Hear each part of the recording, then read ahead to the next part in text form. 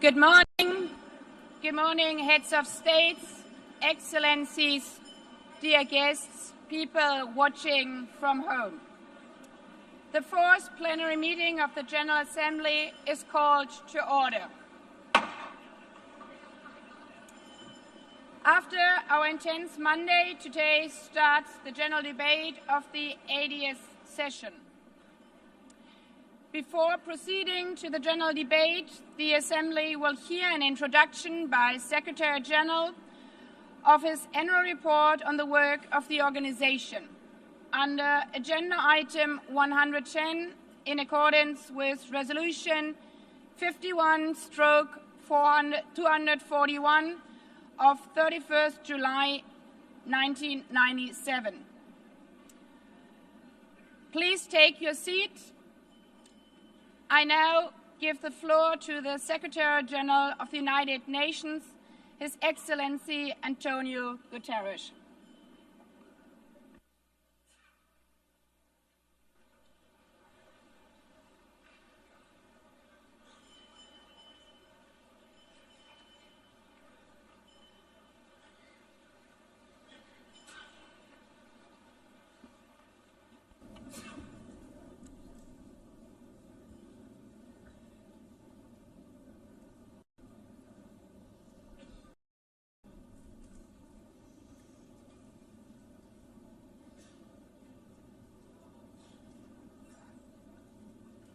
Please, could you take your seats?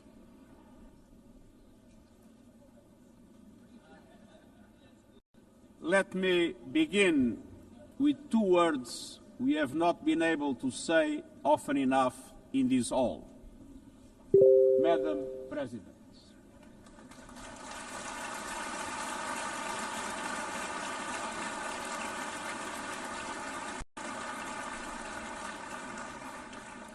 Excellencies, ladies and gentlemen, 8 years ago, in a world scorched by war, leaders made a choice: cooperation over chaos, law over lawlessness, peace over conflict. And that choice gave birth to the United Nations, not as a dream for perfection, but as a practical strategy for the survival of humanity. Many of our founders had seen firsthand the hell of the death camps and the terror of war. They knew that true leadership meant creating a system to prevent a replay of those horrors, a firewall against the flames of conflict and World War III, a forum for sovereign states to pursue dialogue and cooperation, and a concrete affirmation of an essential human truth: we are all in this together. And this General Assembly Hall is the heartbeat of that truth. It is why for decades world leaders have come to this one-of-a-kind podium. It is why you are here today. Because at its best, the United Nations is more than a meeting place. It's a moral compass, a force for peace and peacekeeping, a guardian of international law, a catalyst for sustainable development, a lifeline for people in crisis, a lighthouse for human rights, and a center that transforms your decisions, the decisions of member states, into action. 80 years on, we confront again the question our founders faced, only more urgent, more intertwined, more unforgiving. What kind of world do we choose to build together? Excellencies, we have our work cut out for us, as our ability to carry out that work is being cut from us. We have entered in an age of reckless disruption and relentless human suffering.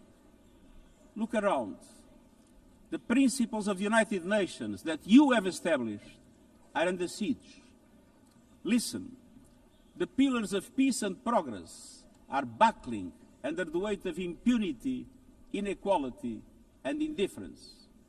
Sovereign nations invaded, hunger weaponized, truth, silence, rising smoke, from bombed-out cities, rising anger in fractured societies, rising seas swallowing coastlines. Each one a warning, each one a question. What kind of world will we choose? A world of raw power or a world of laws?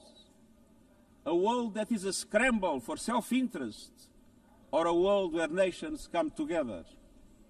A world where might makes right or a world of rights for all? Excellencies, our world is becoming increasingly multipolar, and this is positive, reflecting a more diverse, dynamic global landscape. But multipolarity without effective multilateral institutions can court chaos, as Europe has learned the hard way, resulting in World War I.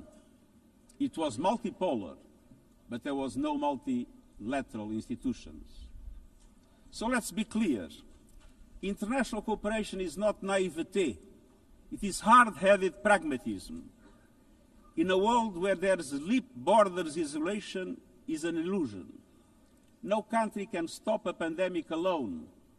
No army can halt rising temperatures. No algorithm can rebuild trust once it is broken. These are global stress tests of our system, our solidarity, and our resolve. I'm convinced we can pass these tests, and we must. Because people everywhere are demanding something better, and we owe them a system worthy of their trust and a future worthy of their dreams. And so we must make the choice, an active choice, to reaffirm the imperative of international law, to reassert the centrality of multilateralism, to reinforce justice and human rights, and to recommit to the principles that gave rise to our organization, and to the promise contained in its first words, we the peoples. Excellencies, the choices we face are not part of an ideological debate. They are a matter of life and death for millions. As I scan the global landscape, we must make 5 critical choices. First, we must choose peace rooted in international law. Peace is our first obligation. Yet today, wars rage with a barbarity we vowed never to allow. Too often, the Charter is brandished when convenient and trampled when not. But the Charter is not optional. It is our foundation. And when the foundation cracks, everything built upon fractures. Around the world, we see countries acting as if the rules don't apply to them. We see humans treated as less than human, and we must call it out.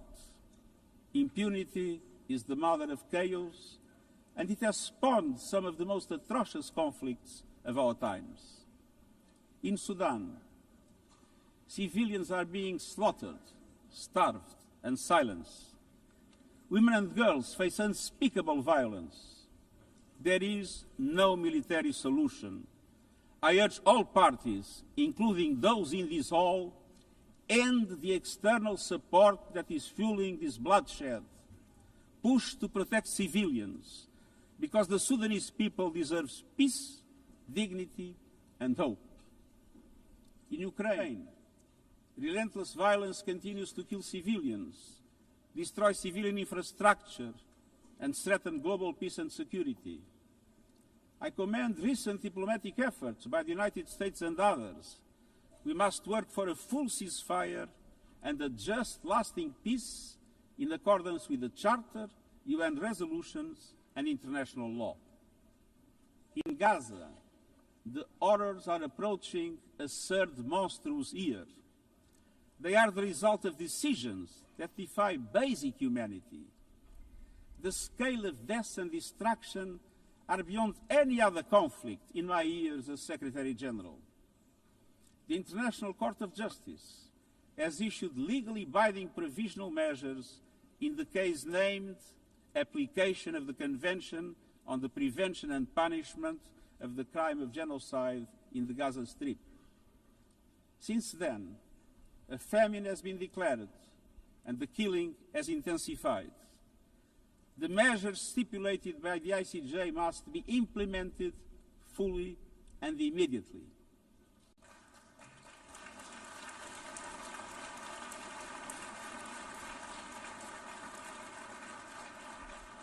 Nothing can justify the horrific Hamas terror attacks of October 7 and the taking of hostages, both of which I have repeatedly condemned. And nothing can justify the collective punishment of the Palestinian people and the systematic destruction of Gaza. We know what is needed.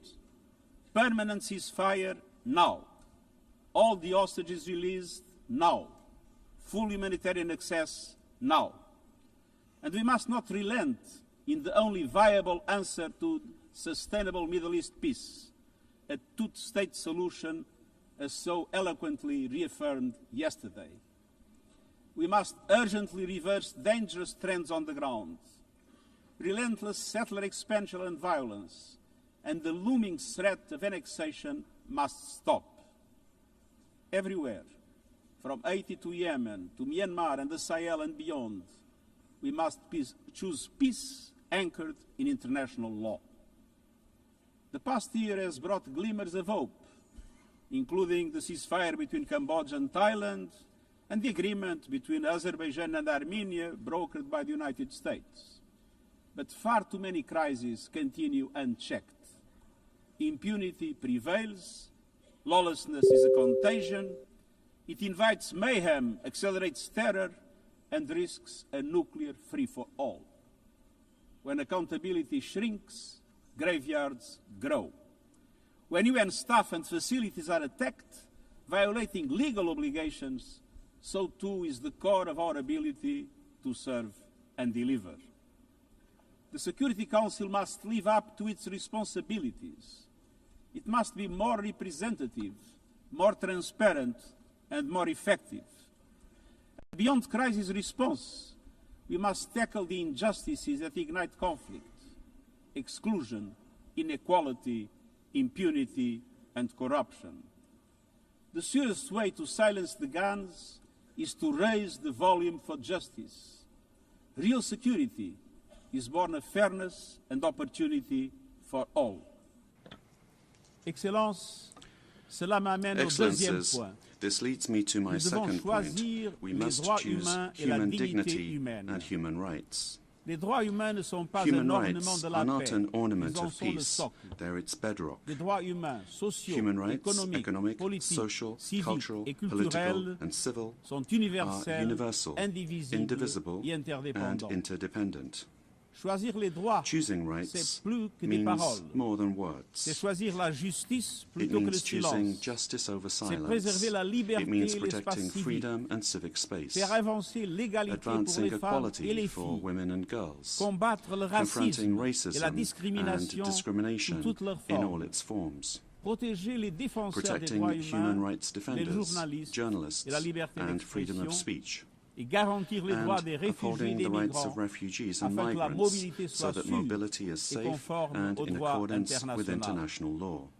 Les droits humains sont un Human combat rights quotidien, are a daily battle, en ligne comme hors online ligne. and offline. Ils exigent de la They volonté require politique, political will. mais la dignité ne se But résume dignity pas à la is not only protection des droits. about the protection of Elle rights, exige pleinement concrétiser ces droits about grâce rights à un fulfilled développement through inclusif inclusive et and résilient. resilient development. Des droits qui mettent fin à la Rights that pauvreté put an end et à la to faim. poverty and hunger. Des droits qui ouvrent Rights de la that voie de open l'éducation, doors de la to santé education, et des health opportunités. and opportunity. Les objectifs de The développement Sustainable durable Development sont Goals notre feuille are de our route shared commune roadmap pour for concrétiser ces achieving droits. these rights.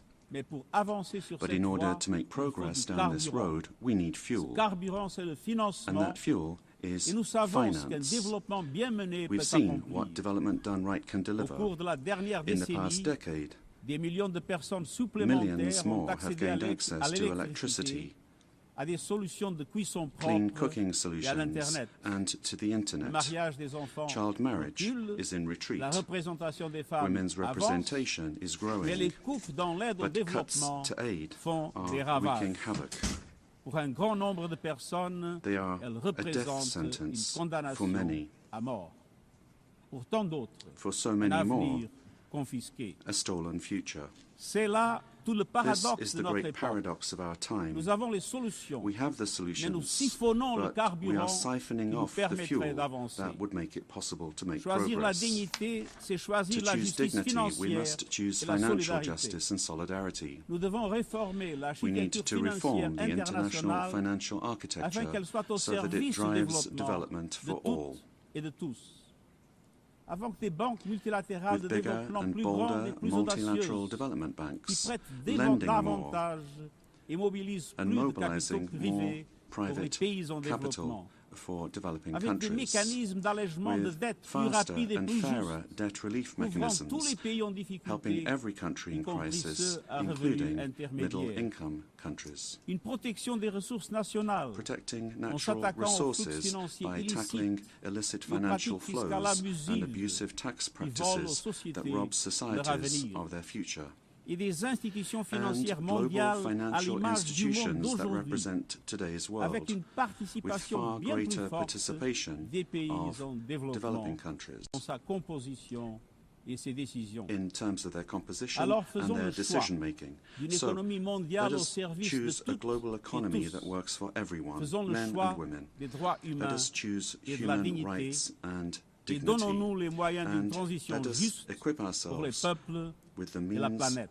to ensure a transition Excelencias, for people and the planet. Esto nos lleva a la tercera opción. Excellencies, this brings me to the Debemos third elegir la choice. We justicia must climática. choose climate justice. La crisis climática The se está climate crisis acelerando, is accelerating, pero las soluciones but también. so are the solutions. El futuro de la energía The clean limpia energy future ya no es una is no promesa longer a lejana, distant promise. ya está aquí. It's already here. Ningún gobierno, No government, industria o industry, interés or special especial interest puede can detenerlo. stop it. Pero algunos lo But están some are intentando, trying, prejudicando a las hurting economías, economies, imponiendo locking precios in más higher altos prices, y and desperdiciando squandering una a oportunidad historic histórica. opportunity. Excellencies, fossil fuels are a losing bet. Last year, almost all new power capacity came from renewables, and the investment is surging. Renewables are the cheapest and fastest source of new power. They create jobs, drive growth, shield economies from volatile oil and gas markets, connect the unconnected, and can free us from the tyranny of fossil fuels. But not at today's pace. Clean energy investment remains uneven. 21st century grids and storage are not rolling out fast enough. And public subsidies, taking from taxpayer money, still flow to fossil fuels over clean energy by a factor of 9 to 1. Meanwhile, emissions, temperatures, and disasters keep rising. And those least responsible suffer the most. Science says limiting global temperature rise to 1.5 degrees by the end of this century is still possible, but the window is closing. The International Court of Justice has affirmed the legal obligation of states. We must step up action and ambition, especially through strengthened national climate plans. Tomorrow, I will welcome leaders to announce new targets. The G20, the biggest emitters, must lead, guided by common but differentiated responsibilities. But all countries must step up and do more as we head to the UN Climate Conference in Brazil. By accelerating action in energy, forests, methane and industrial decarbonization. By defining a credible roadmap to mobilize $1.3 trillion annually in climate finance by 2035 for developing countries.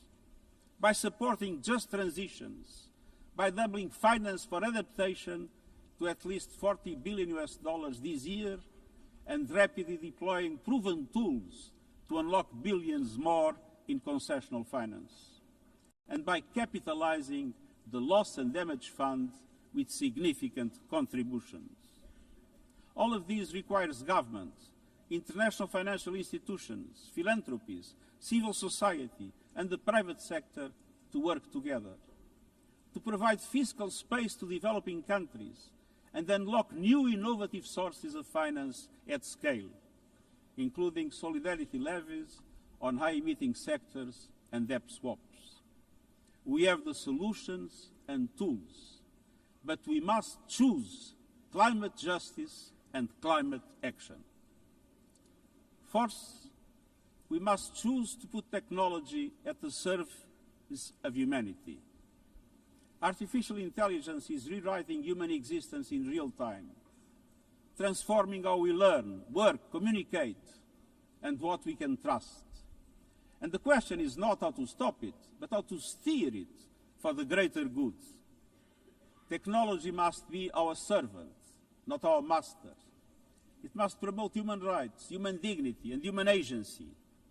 Yet today, AI's advancement in outpacing regulation and responsibility and is concentrated in a few hands. And the risks are expanding to new frontiers, from biotech to autonomous weapons. We are witnessing the rise of tools for mass surveillance, mass social control, mass disruption, and even mass destruction.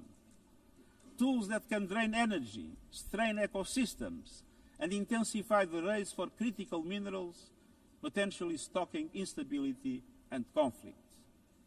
Yet, these technologies remain largely ungoverned. We need universal guardrails and common standards across platforms. No company should be above the law. No machines should decide who lives or dies. No system should be deployed without transparency, safety, and accountability. Last month, this Assembly took a historic step, establishing an independent international scientific panel on AI and an annual global dialogue on AI governance. Two new pillars of a shared architecture, connecting science with policy to bring clarity and foresight, enabling innovation to flourish while advancing our values and our rights, and ensuring governments, companies, and civil society can help shape common norms. We must build on these mechanisms and close the capacity gap. All countries must be able to design and develop AI, not just to consume it. I have proposed voluntary financing options to build AI computing power, data, and skills in developing nations. No country should be locked out of the digital future or locked into systems it cannot shape or trust. And governments must lead with vision, and companies must act with responsibility. And we, the international community, must ensure that technology lifts up humanity. So let us choose cooperation over fragmentation, ethics over expediency, and transparency over opacity. Technology will not wait for us, but we can still choose what it serves. So let us choose wisely. Fifth and finally, to meet all these goals, we must choose to strengthen the United Nations for the 21st century. The forces shaking our world are also testing the foundations of the United Nations system. We are being hit by rising geopolitical tensions and divisions, chronic uncertainty, and mounting financial strain. But those who depend on the United Nations must not be made to bear the cost, especially now, when for every dollar invested to support our core work to build peace, the world spends $750 on weapons of war. This is not only unsustainable, it is indefensible. In this moment of crisis, the United Nations has never been more essential. The world needs our unique legitimacy, our convening power, our vision to unite nations, to bridge divides and confront the challenges before us.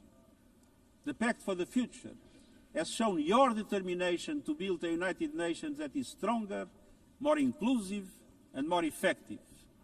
That is the logic and the urgency of our UN80 initiative. We are moving swiftly and decisively.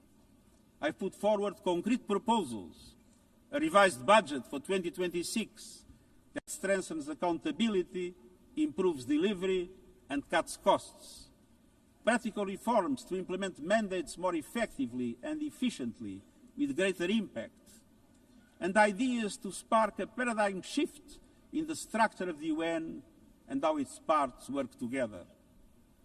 Most of these decisions rest with you, the Member States, and we will move forward in full respect of the established procedures.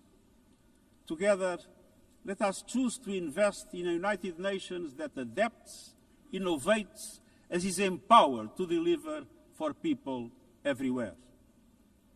Excellencies, my overriding message comes down to this. Now is the time to choose. It's not enough to know what the right choices are. I urge you to make them. I grew up in a world where choices were few. I was raised in the darkness of dictatorship, where fear silenced voices and hope was nearly crushed. Yet, even the bleakest hours, especially then, I discovered a truth that has never left me. Power does not reside in the hands of those who dominate or divide.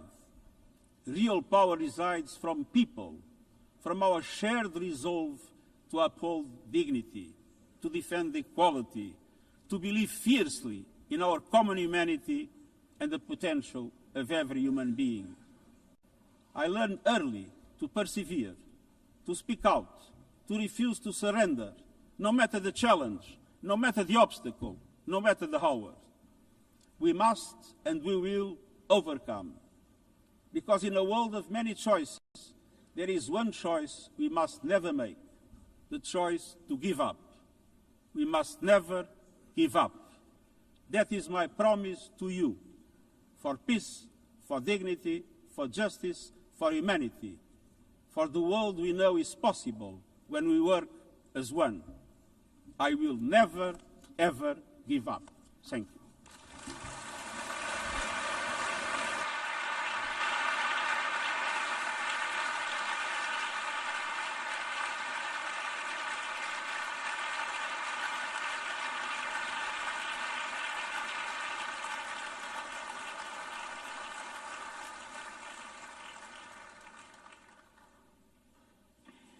I thank the Secretary General. The Assembly will now turn to Agenda Item 8, entitled General Debate.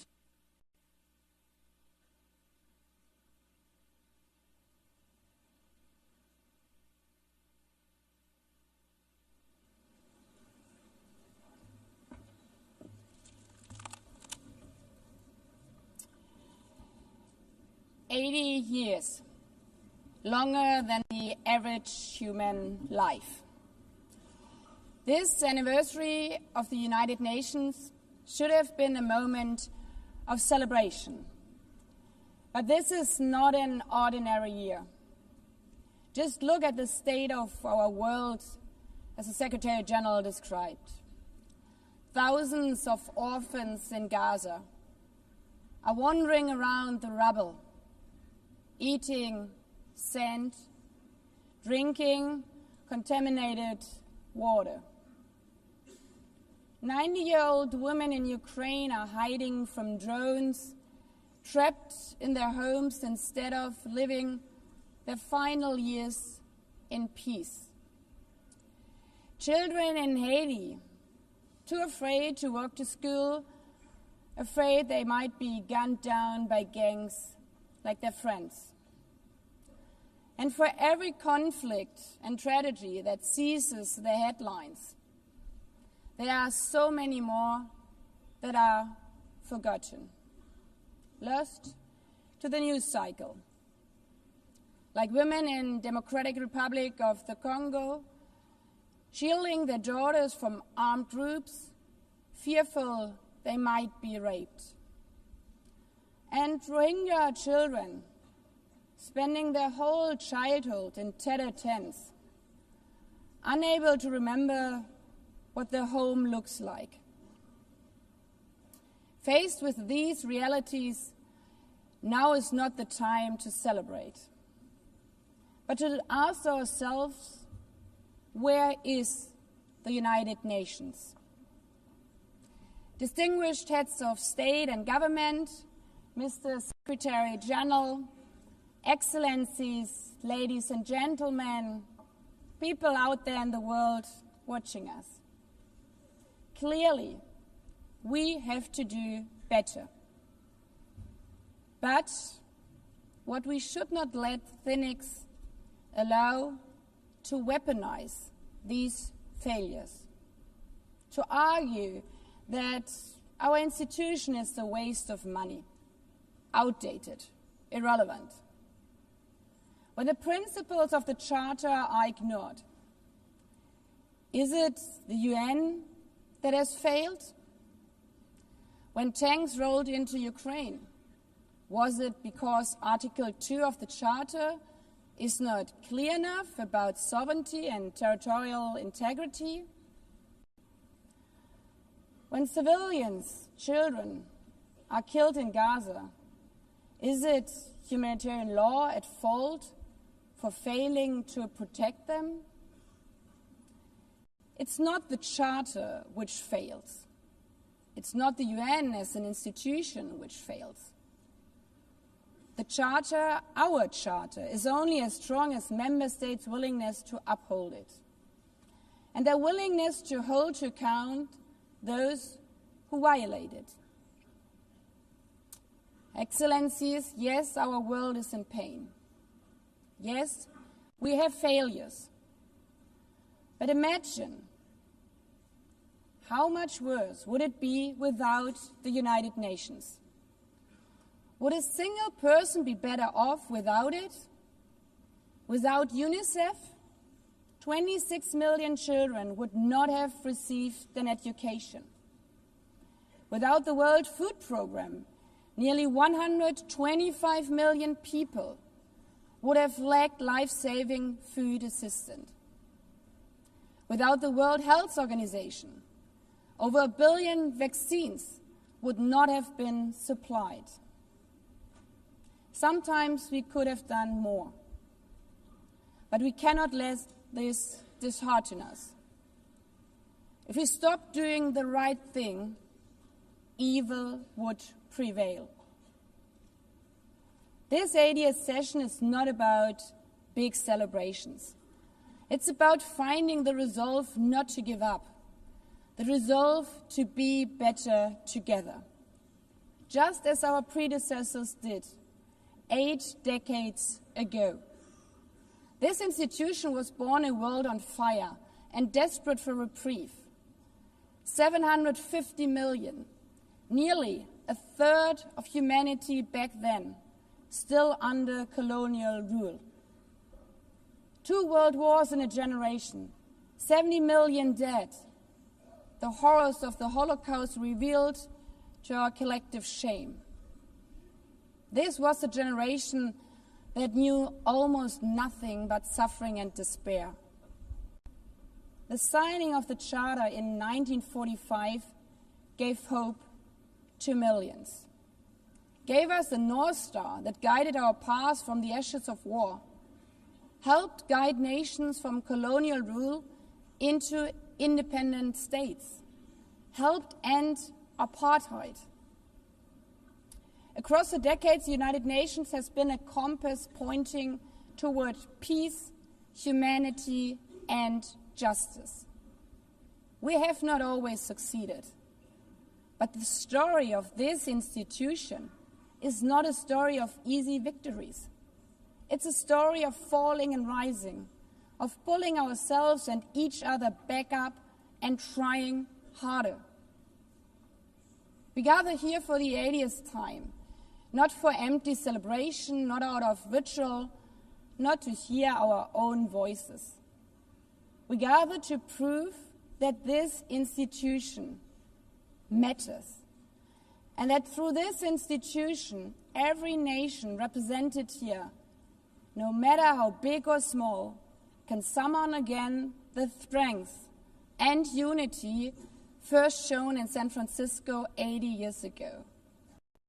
the courage and resolve of world leaders, who even while some called them back then naive, believed they could build a better world from the wreckage of the old. They showed then what true leadership is. It's not about imposing your will or putting others down. True leadership is about lifting others up, not out of altruism, but for a mutual benefit, and even out of our self-interest. Because as our founders and every architect of peace since then has understood, helping others is what makes ultimately our own countries stronger. Could any state have faced the global pandemic alone? The virus did not have any passport. We were only able to solve it at the end with the support of the World Health Organization. The climate crisis does not stop at borders. CO2 emissions anywhere affect people everywhere. Even the wealthiest cities in the world cannot shield themselves from wildfires. And imagine coming here by plane, how safe would you feel to step into the next airplane if there were no International Civil Aviation Organization anymore, which is responsible for setting safety regulations for 5 billion passengers each year? How comfortable would you be with your children using the internet while AI is uncontrolled and unchecked? As the lines between what is real and fake start to blur. In this globalized, digitalized world, we work together or we suffer alone. Excellencies, the theme of this milestone session and the high-level week is therefore better together. 80 years and more for peace, development, and human rights. Will living up to that be easy? No. But this hall was not built for easy times. It was built to come together to confront the hardest topics. This session is a session where the high-level week is about resolving differences. We showed some of it yesterday already. But even the House of Dialogue and Diplomacy needs a renovation. That is why the UN80 initiative and the wider reform process are not luxuries, but necessities. We are literally now at a crossroads, a make it or break it moment, politically, financially. Therefore, we have to deliver a United Nations that is agile, cost-effective, and fit for purpose. Member States have to give the Secretary General and this process their full support, because reform cannot stop in New York. It must carry through to every capital. That includes delivering the Pact for the Future and accelerating progress on the Sustainable Development Goals. Again, this is not about charity. It's about addressing the core purposes of this institution, about strengthening our foundations across all 3 pillars: peace and security, human rights, and sustainable development. They are inseparable. Leaving hundreds of millions trapped in extreme poverty, vulnerable to crisis, and denied their human rights is not only a moral failure, it's a recipe for global unrest, terrorism, and a tragic waste of humanity's greatest resource, its people. Put it simply, without the SDGs, there cannot be lasting peace. Excellencies, our future as an institution will also be shaped by the selection of the next Secretary General. And here we must pause and reflect. In nearly 80 years, this organization has never chosen a woman for that role. One might wonder how out of 4 billion potential candidates, there could not be found a single one. Of course,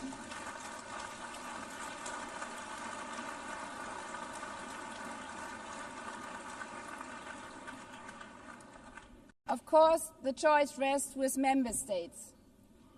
But those of you having been there yesterday celebrating Beijing, one strong female leader after the other from all our continents. Like 80 years ago, we are standing at a crossroads.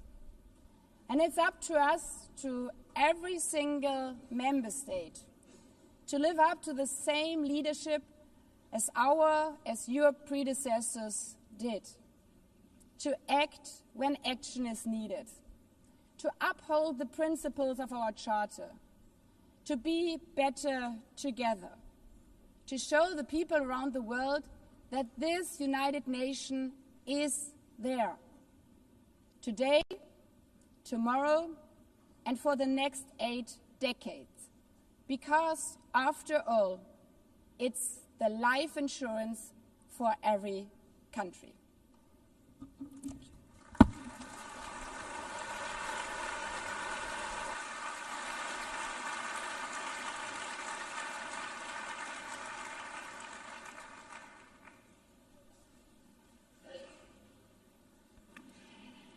Before giving the floor to the first speaker for this morning, I would like to remind member states that the list of speakers for the general debate has been established on the agreed basis that statements should be no longer than 15 minutes to enable all the speakers to be heard at a given meeting. Within this time frame, I would like to appeal to speakers to deliver their statements at a reasonable pace so that interpretation into the other official languages may be provided properly. I would also like to draw your attention to the decision taken by the Assembly at previous sessions, namely that the practice of expressing congratulations inside the Assembly Hall after speech has been delivered is strongly discouraged. After delivering their statements from the rostrum, speakers are invited to exit the hall through room JA200, located behind the podium, before returning to their seats. May I take it that the Assembly agrees to proceed in this manner? It's so decided. Finally, I should like to draw the attention of member states that during the general debate, official photographers are in the room and will take official photographs of all speakers by the Department of Global Communications. Members interested in obtaining these photographs are requested to contact the Photo Library of the United Nations. By this, the Assembly will hear an address by His Excellency Luiz Inácio Lula da Silva, President of the Federative Republic of Brazil. I request the protocol to escort His Excellency and invite him to address the Assembly.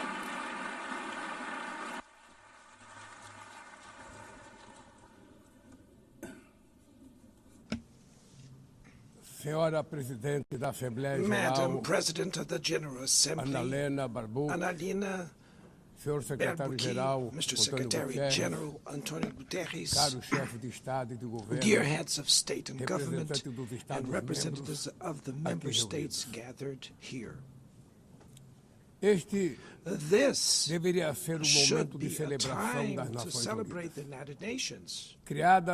Created at the end of the war, the UN symbolizes the highest expression of the aspiration for peace and prosperity.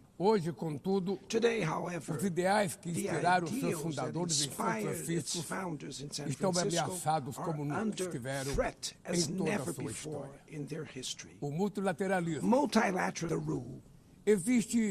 evidente There paralelo is a clear entre a parallel crise do between multilateralismo e o multilateralism enfraquecimento crisis da and the weakening democracia. of democracy. O autoritarismo se fortalece Authoritarianism is quando nos strengthened when omitimos we frente à fail to arbitrariedade. act in the face of Quando a arbitrary sociedade acts. internacional When the international society vacila na defesa da falters paz, in defending da peace, soberania e do sovereignty, direito, and the rule as of law, consequências são the trágicas.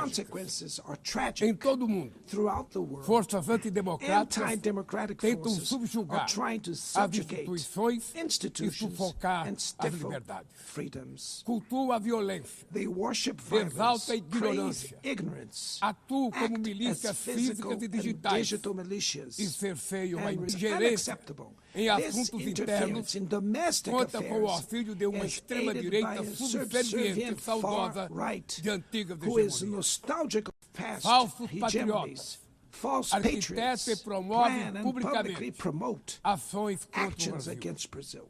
Não há pacificação com Cannot impunidade. be achieved with Há poucos impunity. dias, A few days e ago, pela primeira and for the vez em first time in 525 anos de nossa 525 história, years of our um history, ex-chefe de a Estado former head of state foi condenado was por atentar convicted contra of o Estado attacking the democrático de democratic direito. rule of law. Foi He investigado, was investigated, indiciado e julgado indicted, trialed, e and held responsabilizado pelos accountable seus atos for his em actions processo in a minucioso. meticulous process. Teve amplo direito de defesa, He has the prerrogativa right to que as defend himself for ditaduras security, negam a às suas prerogative that vítimas. dictatorships deny. Ritual. Seu vigor Its strength pressupõe a redução das presupposes the desigualdades, reduction of a garantia inequalities, dos the direitos mais guarantee of the elementares, most basic a rights, alimentação, food, a segurança, safety, o trabalho, work, a moradia, housing, a educação education, e a and saúde. health.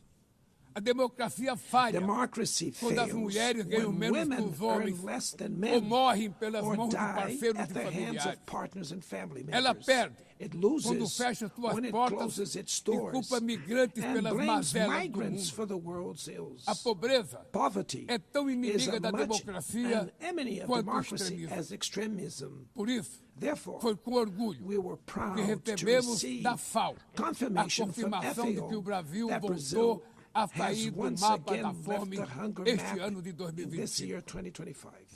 Mas no mundo, But in the ainda há world, 670 there are milhões still de pessoas famintas 670 million e hungry cerca de people, 2 and bilhões e about 300 milhões 2.3 billion enfrentam insegurança face alimentar. food insecurity. A única guerra The only que war todos podem of sair which vencedores.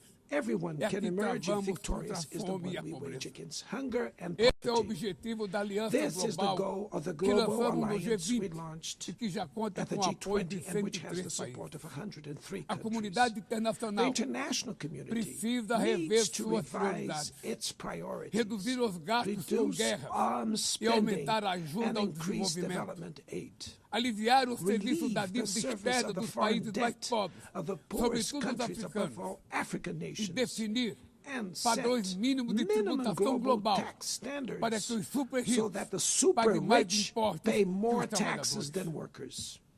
A democracia também se Democracy mede is pela also capacidade measured by de the proteger ability as to protect famílias e a families infância. and the childhood. As plataformas digitais Digital platforms trazem offer possibilidade de nos possibilities for aproximar us to come como together jamais in havíamos ways we imaginado, never imagined. mas têm sido usadas But they para have been semear used for intolerância, sowing misoginia, intolerance, xenofobia e misogyny, desinformação. xenophobia, and A misinformation. internet The internet não pode ser terra cannot be sem a lei. land of Cabe ao poder lawlessness. público proteger It's os up mais to governments vulneráveis. to protect the most Regular vulnerable. não é Regulating does restringir a not liberdade de mean expressão, restraining é freedom garantir of expression. que o que It's já é about ilegal ensuring no mundo real that what is seja already tratado assim illegal in the também real no world ambiente is treated digital, the no way in ambiente the virtual virtual. environment. Ataques à Attacks regulação on regulation serve para encobrir serve to interesses cover up escusos hidden e dar interests guarida a and crimes como provide fraudes, shelter for tráfico de crimes pessoas, such pedofilia as fraud, e human investidas trafficking, contra a democracia. pedophilia, and attacks against O democracy. Parlamento brasileiro, The Brazilian parliament corretamente, was right to apressou-se em rush abordar this esse to problema. address this issue. Com orgulho, Last week, promulguei na I última proudly semana enacted uma das leis mais one of the avançadas world's do most mundo advanced laws para for the proteger, protection para a of proteção de children and crianças e adolescents adolescentes in na the esfera digital digital. environment. Também enviamos ao Congresso Also, we Nacional sent draft bills projeto de lei to the National para Congress fomentar a to foster concorrência nos competition mercados digitais and digital e para markets and to incentivar encourage the a instalação installation de data of centers sustainable sustentáveis. data centers. Para mitigar os riscos To da mitigate inteligência the risks artificial, of artificial intelligence, apostamos na we are construção de uma committed to governança building multilateral multilateral em linha governance com o in Pacto line with the Digital global Global digital aprovado neste compact plenário that was o approved ano in this passado. plenary last year. Senhoras e senhores, Ladies and gentlemen, Your Na América Excellencies, Latina e in Latin Caribe, America and the Caribbean, vivemos momento we de are crescente experiencing a polarização time e of growing instabilidade. polarization and instability. Manter a região como zona de Maintaining the paz region as a zone of sempre peace foi e é a is nossa and was prioridade. our priority. Somos continente We livre are de a armas de continent destruição free em massa, of weapons of mass sem conflitos destruction, étnicos ou without religiosos. ethnic or É religious preocupante conflicts. a The equiparação entre a comparison between criminalidade e o crime terrorismo. and terrorism is A worrying. forma mais eficaz The most effective way de combater o to tráfico de combat drogas drug é a trafficking cooperação is to para cooperate reprimir to suppress a lavagem de dinheiro money e laundering limitar o and comércio de limit armas. arms trade.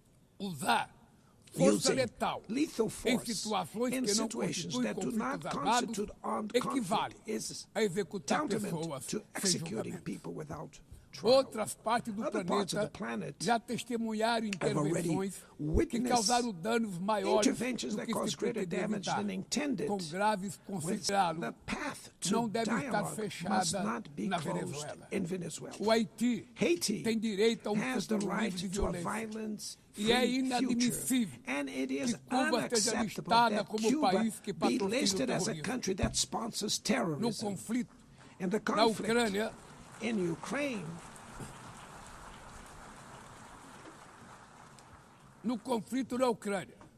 in the todos já conflict in sabemos que Ukraine, não we haverá all solução militar. already know that there will be O no recente encontro no military Alasca solution.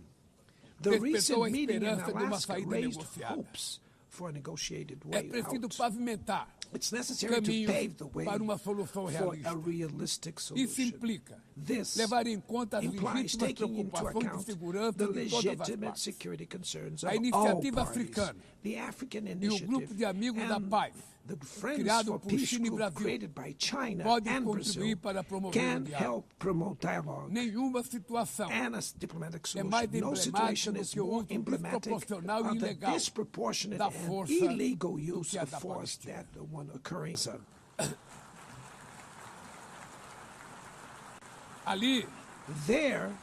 Ali, sob toneladas de Under escombros, tons of rubble estão enterradas are dezenas buried de milhares de tens of mulheres e thousands of crianças innocent inocentes. women and children. Ali também a cumplicidade dos Without the que poderiam complicity of evitar. those who could have prevented Em Gaza, it. In Gaza, Fome é usada hunger como arma is de guerra. used as a weapon of E o war, deslocamento and the forçado de forced populações displacement of é populations praticado goes impunemente.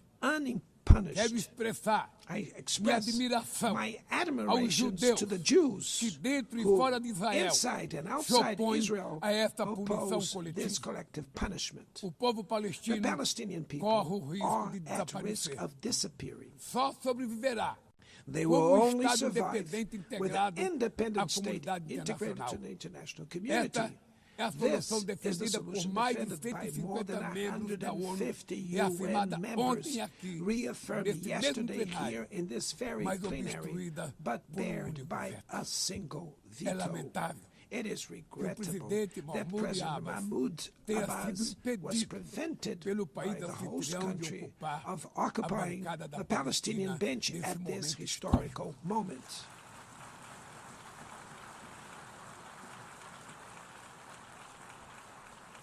O alastramento The desse spread conflito of this para o Líbano, conflict to Lebanon, para a Síria, Syria, e o Irã Iran, e o Catar Qatar fomenta a is escalada fueling armamentista an sem unprecedented precedentes. arms build-up. Senhoras Presidenta, Madam President, bombas e armas nucleares bombs não and vão nuclear nos weapons proteger da will crise not climática. protect us from the climate O ano de crisis. The year 2024 of 24 foi o mais was quente the já warmest registrado. already A registered. COP30 em Belém, no COP30 in Brasil, the city of Belém, será a Brazil, COP da with the verdade. COP of truth. Será o momento It will dos be the líderes time mundiais for world leaders provarem to prove a the seriedade de seu seriousness of their compromisso com o commitment to planeta. the planet.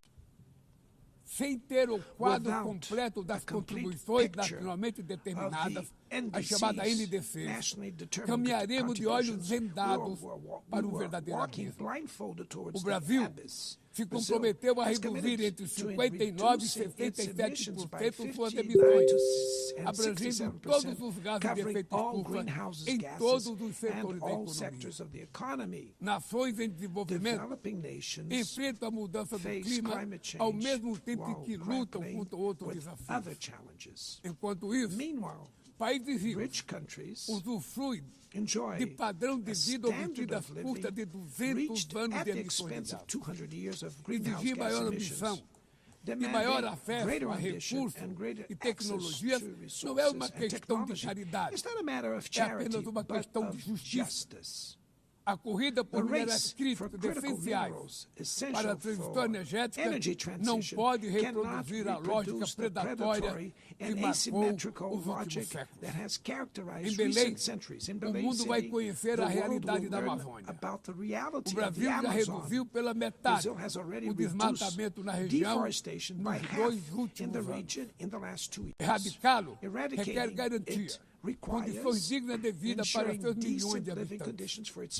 Fomentar o desenvolvimento sustentável é o objetivo do Fundo Florestas Tropicais para Sempre, que o Brasil pretende lançar para remunerar os países que mantêm suas florestas em pé. É chegado o momento de passar da fase da negociação to move from the negotiation phase to the implementation stage. The world owes a lot to the regime created by the Climate Convention. Mas é necessário trazer o combate à mudança do clima para o coração da ONU para que ela tenha a atenção que merece. Um conselho vinculado à Assembleia Geral, com força e legitimidade para monitorar compromissos, dará coerência à ação climática. Trata-se de um passo fundamental na direção de uma reforma mais abrangente da organização, que contemple também um Conselho de Segurança ampliado nas 2 categorias de seus membros. Poucas áreas retrocederam tanto como o sistema multilateral de comércio.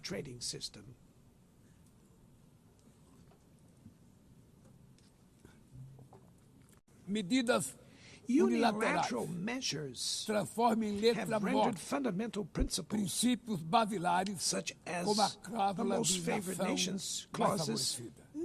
Desorganizam cadeias de valor e lançam a economia mundial em uma espiral perniciosa de preços altos e estagnação. É urgente refundar a OMC em bases modernas e flexíveis. Senhoras e senhores, este ano, o mundo perdeu 2 personalidades excepcionais. O ex-presidente do Uruguai, Pepe Mujica, e o nosso querido Papa Francisco. Ambos encarnaram como ninguém os melhores valores humanistas. Suas vidas se entrelaçaram com as 8 décadas de existência da ONU. Se ainda estivesse entre nós, provavelmente usariam esta tribuna para lembrar que o autoritarismo, a degradação ambiental e a desigualdade não são inexoráveis. Que os únicos derrotados são os que cruzam os braços resignados. Que podemos vencer os falsos profetas e oligarcas que exploram the false prophets and oligarchs who exploit fear and monetize hate, and that tomorrow takes courage to act to transform it. No futuro que o Brasil vislumbra, não há espaço para a reedição de rivalidades ideológicas of ideological rivalries or spheres of confrontação de liderança com clareza de visão, que entendam que a ordem internacional não é um jogo de soma zero. O século XXI será cada vez mais multipolar. Para se manter pacífico, não pode deixar de ser multilateral. O Brasil confere crescente importância à União Europeia, à União Africana, à ASEAN, à CELAC, aos BRICS e ao G20. A voz do Sul global deve ser respeitada e ouvida. A ONU, a ONU tem hoje quase 4 vezes mais membros do que os 51 the 51 who were at its foundation. Our historic mission is to make it once again a barrier of hope and a promoter of equality, peace, sustainable development, diversity, and tolerance. May God bless us all. And thank you very much.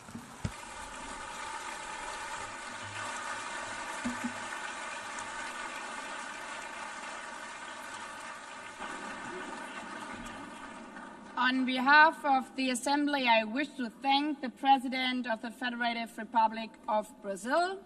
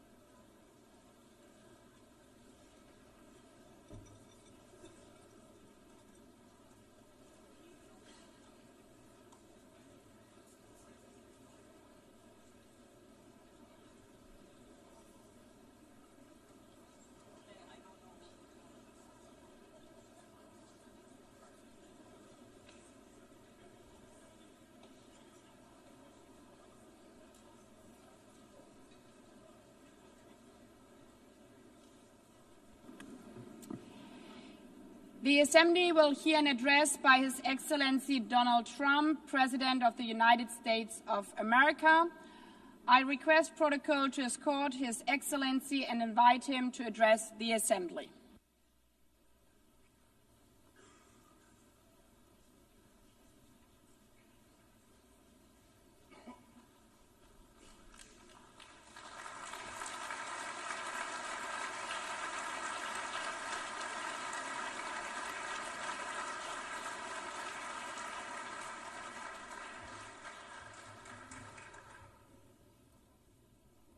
Thank you very much. Very much appreciated.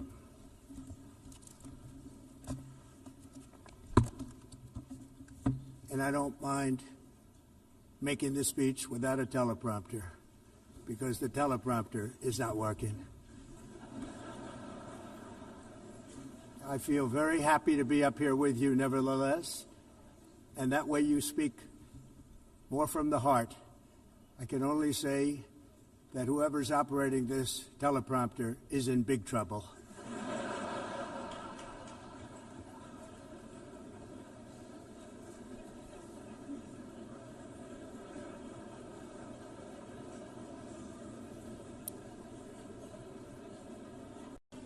Hello, Madam First Lady. Thank you very much for being here.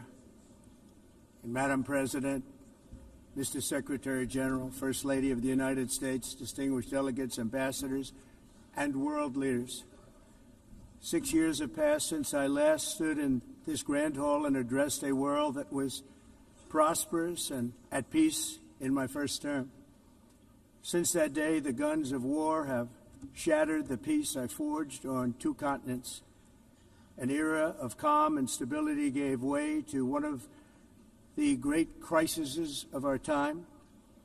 And here in the United States, 4 years of weakness, lawlessness, and radicalism under the last administration delivered our nation into a repeated set of disasters. 1 year ago, our country was in deep trouble, but today, just 8 months into my administration, we are the hottest country anywhere in the world, and there is no other country even close. America is blessed with the strongest economy, the strongest borders, the strongest military, the strongest friendships, and the strongest spirit of any nation on the face of the earth. This is indeed the golden age of America. We are rapidly reversing the economic calamity we inherited from the previous administration, including ruinous price increases and record-setting inflation we've never had before. Under my leadership, energy costs are down, gasoline prices are down, grocery prices are down, mortgage rates are down, and inflation has been defeated. The only thing that's up is the stock market, which just hit a record high. In fact, it hit a record high 48 times in the last short period of time. Growth is surging, manufacturing is booming. The stock market, as I said, is doing better than it's ever done. And all of you in this room benefit by that, almost everybody. And importantly, workers' wages are rising at the fastest pace in more than 60 years. And that's what it's all about, isn't it? In 4 years of President Biden, we had less than $1 trillion of new investment into the United States. In just 8 months since I took office, we have secured commitments and money already paid for $17 trillion. Think of it, 4 years, less than $1 trillion, 8 months, much more than $17 trillion is being invested in the United States, and it's now pouring in from all parts of the world. We've implemented the largest tax cuts in American history and the largest regulation cuts in American history, making this once and again the best country on earth to do business. And many of the people in this room are investing in America, and it's turned out to be an awfully good investment during this 8-month period. In my first term, I built the greatest economy in the history of the world. We had the best economy ever, history of the world. And I'm doing the same thing again, but this time it's actually much bigger and even better. The numbers far surpass my record-setting first term. On our southern border, we have successfully repelled a colossal invasion. And for the last 4 months, and that's 4 months in a row, the number of illegal aliens admitted and entering our country has been 0. Hard to believe, because if you look back just a year ago, it was millions and millions of people pouring in from all over the world, from prisons, from mental institutions, drug dealers. All over the world they came. They just poured into our country with the ridiculous open border policy of the Biden administration. Our message is very simple. If you come illegally into the United States, you're going to jail, or you're going back to where you came from, or perhaps even further than that. You know what that means. I want to thank the country of El Salvador for the successful and professional job they've done in receiving and jailing so many criminals that entered our country. And it was under the previous administration that the number became record-setting, and they're all being taken out. They have no choice. And other countries have no choice, because other countries are in the exact same situation with immigration. It's destroying your country, and you have to do something about it. On the world stage, America is respected again like it has never been respected before. You think about 2 years ago, 3 years ago, 4 years ago, or 1 year ago, we were a laughingstock all over the world. At the NATO summit in June, virtually all NATO members formally committed to increase defense spending at my request from 2% to 5% of GDP, making our alliance far stronger and more powerful than it was ever before. In May, I traveled to the Middle East to visit my friends and rebuild our partnerships in the Gulf and those valued relationships with Saudi Arabia, Qatar, and the UAE, and other countries are now, I believe, closer than ever before. My administration has negotiated one historic trade deal after another, including with the United Kingdom, the European Union, Japan, South Korea, Vietnam, Indonesia, the Philippines, Malaysia, and many, many others. Likewise, in a period of just 7 months, I have ended 7 unendable wars. They said they were unendable. You're never going to get them solved. Some were going for 31 years, two of them, 31, think of it, 31 years. One was 36 years. One was 28 years. I ended 7 wars. And in all cases, they were raging with countless thousands of people being killed. This includes Cambodia and Thailand, Kosovo and Serbia, the Congo and Rwanda, a vicious, violent war that was, Pakistan and India, Israel and Iran, Egypt and Ethiopia, and Armenia and Azerbaijan. It included all of them. No president or prime minister, and for that matter, no other country has ever done anything close to that. And I did it in just 7 months. It's never happened before. There's never been anything like that. I'm very honored to have done it. It's too bad that I had to do these things instead of the United Nations doing them. And sadly, in all cases, the United Nations did not even try to help in any of them. I ended 7 wars, dealt with the leaders of each and every one of these countries, and never even received a phone call from the United Nations offering to help in finalizing the deal. All I got from the United Nations was an escalator that on the way up stopped right in the middle.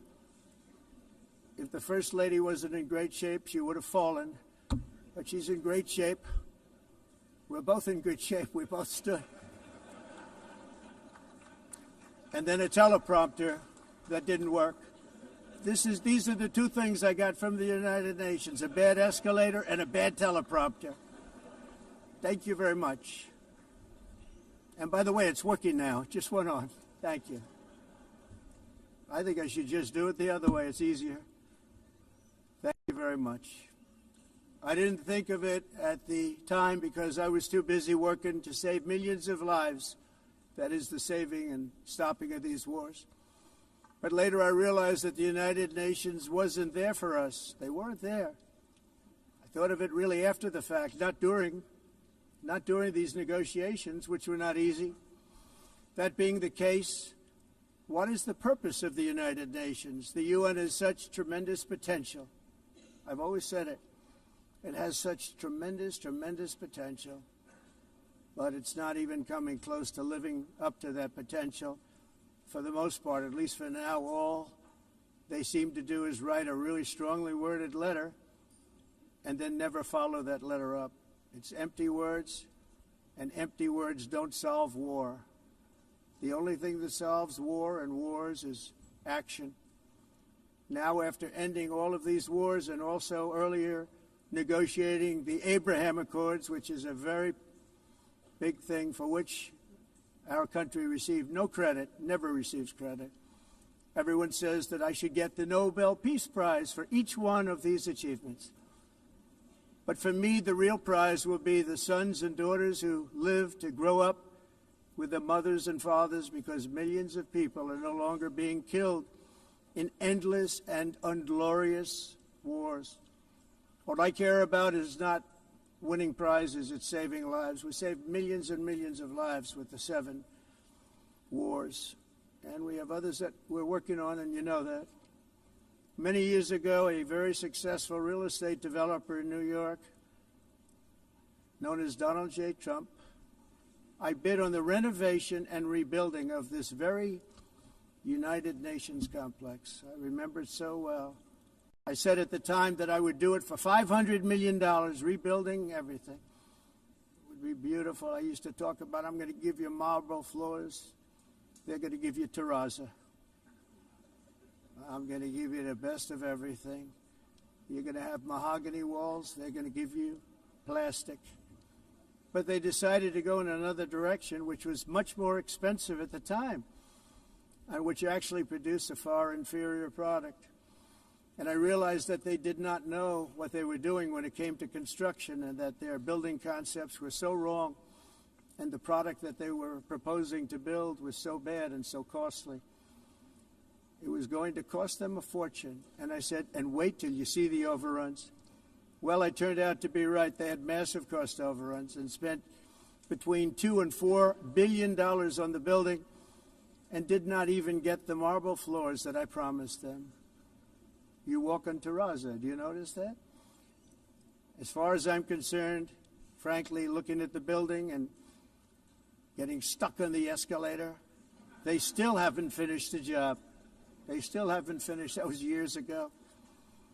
The project was so corrupt that Congress actually asked me to testify before them on the tremendous waste of money, because it turned out that they had no idea what it was, but they knew it was anywhere between $2 and $4 billion as opposed to $500 million with a guarantee.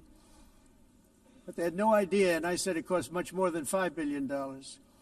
Unfortunately, many things in the United Nations are happening just like that, but on an even much bigger scale, much, much bigger. Very sad to see. Whether the UN can manage to play a productive role, I've come here today to offer the hand of American leadership and friendship to any nation in this assembly that is willing to join us in forging a safer, more prosperous world. And it's a world that we'll be much happier with. A dramatically better future is within our reach. But to get there, we must reject the failed approaches of the past and work together to confront some of the greatest threats in history. There is no more serious danger to our planet today than the most powerful and destructive weapons ever devised by man, of which the United States, as you know, has many. Just as I did in my first term, I've made containing these threats a top priority, starting with the nation of Iran. My position is very simple. The world's #1 sponsor of terror can never be allowed to possess the most dangerous weapon. That's why, shortly after taking office, I sent the so-called Supreme Leader a letter making a generous offer. I extended a pledge of full cooperation in exchange for a suspension of Iran's nuclear program. The regime's answer was to continue their constant threats to their neighbors and U.S. interests throughout the region and some great countries that are right nearby. Today, many of Iran's former military commanders, in fact, I can say almost all of them, are no longer with us. They're dead. And 3 months ago, in Operation Midnight Hammer, 7 American B-2 bombers dropped the 14 30,000-pound each bombs on Iran's key nuclear facilities, totally obliterating everything. No other country on earth could have done what we did. No other country has the equipment to do what we did. We have the greatest weapons on earth. We hate to use them. But we did something that for 22 years people wanted to do. With Iran's nuclear enrichment capacity demolished, I immediately brokered an end to the 12-day war, as it's called, between Israel and Iran, with both sides agreeing to fight no longer. As everyone knows, I have also been deeply engaged in seeking a ceasefire in Gaza. Have to get that done. Have to get it done. Unfortunately, Hamas has repeatedly rejected reasonable offers to make peace. We can't forget October 7th, can we? Now, as if to encourage continued conflict, some of this body is seeking to unilaterally recognize a Palestinian state. The rewards would be too great for Hamas terrorists for their atrocities. This would be a reward for these horrible atrocities, including October 7th, even while they refuse to release the hostages or accept a ceasefire.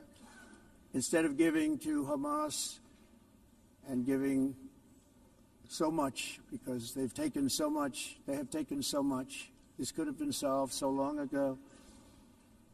But instead of giving in to Hamas's ransom demands, those who want peace should be united with one message: release the hostages now. Just release the hostages now. Thank you.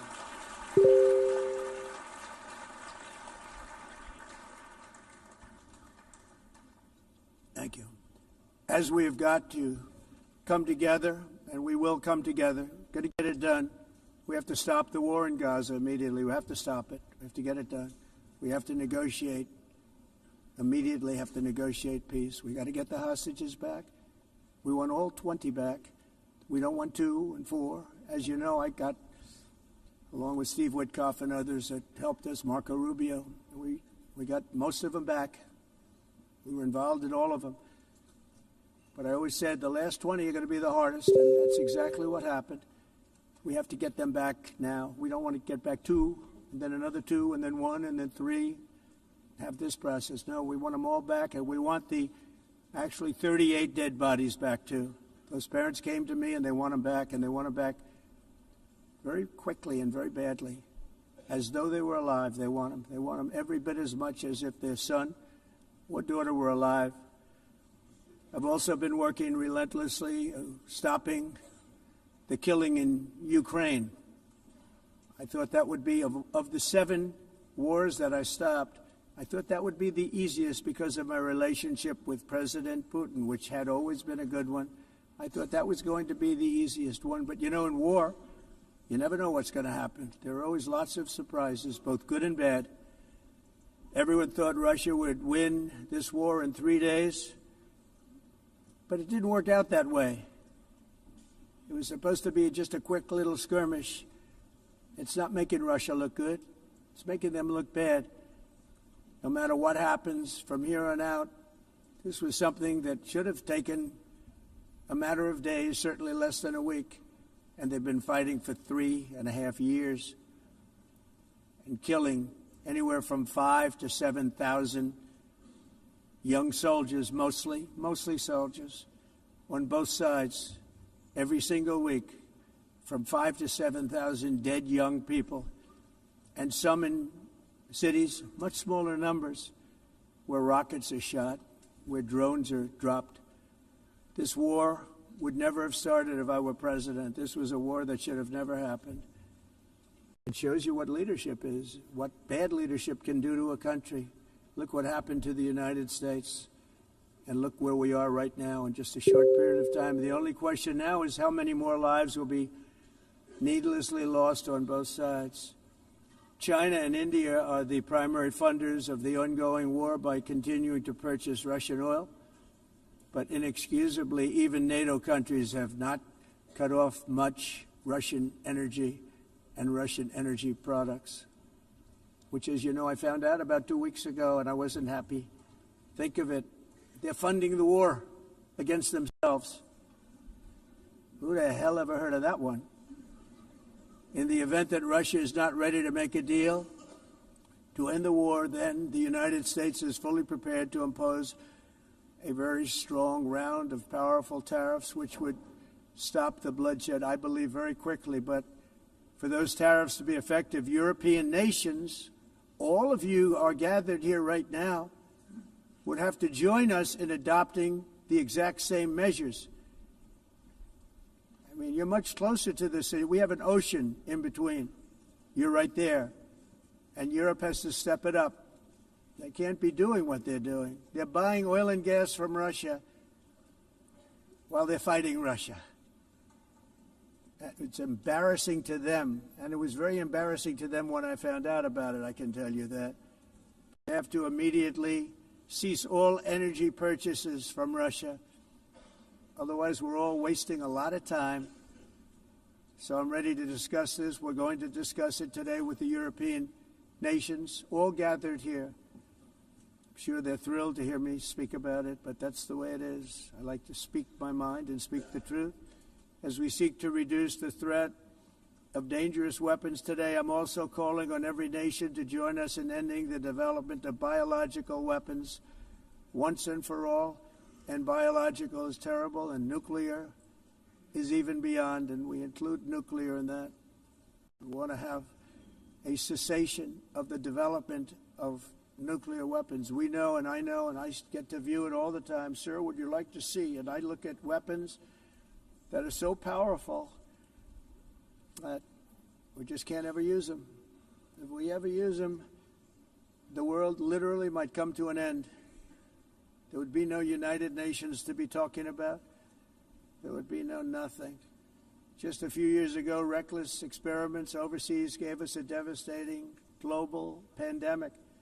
Yet despite that worldwide catastrophe, many countries are continuing extremely risky research into bioweapons and man-made pathogens. This is unbelievably dangerous. To prevent potential disasters, I'm announcing today that my administration will lead an international effort to enforce Biological Weapons Convention, which is going to be meeting with the top leaders of the world by pioneering an AI verification system that everyone can trust. Hopefully the UN can play a constructive role, and it will also be one of the early projects under AI. Let's see how good it is, because a lot of people are saying it could be one of the great things ever, but it also can be dangerous, but it can be put to tremendous use and tremendous good, and this would be an example of that.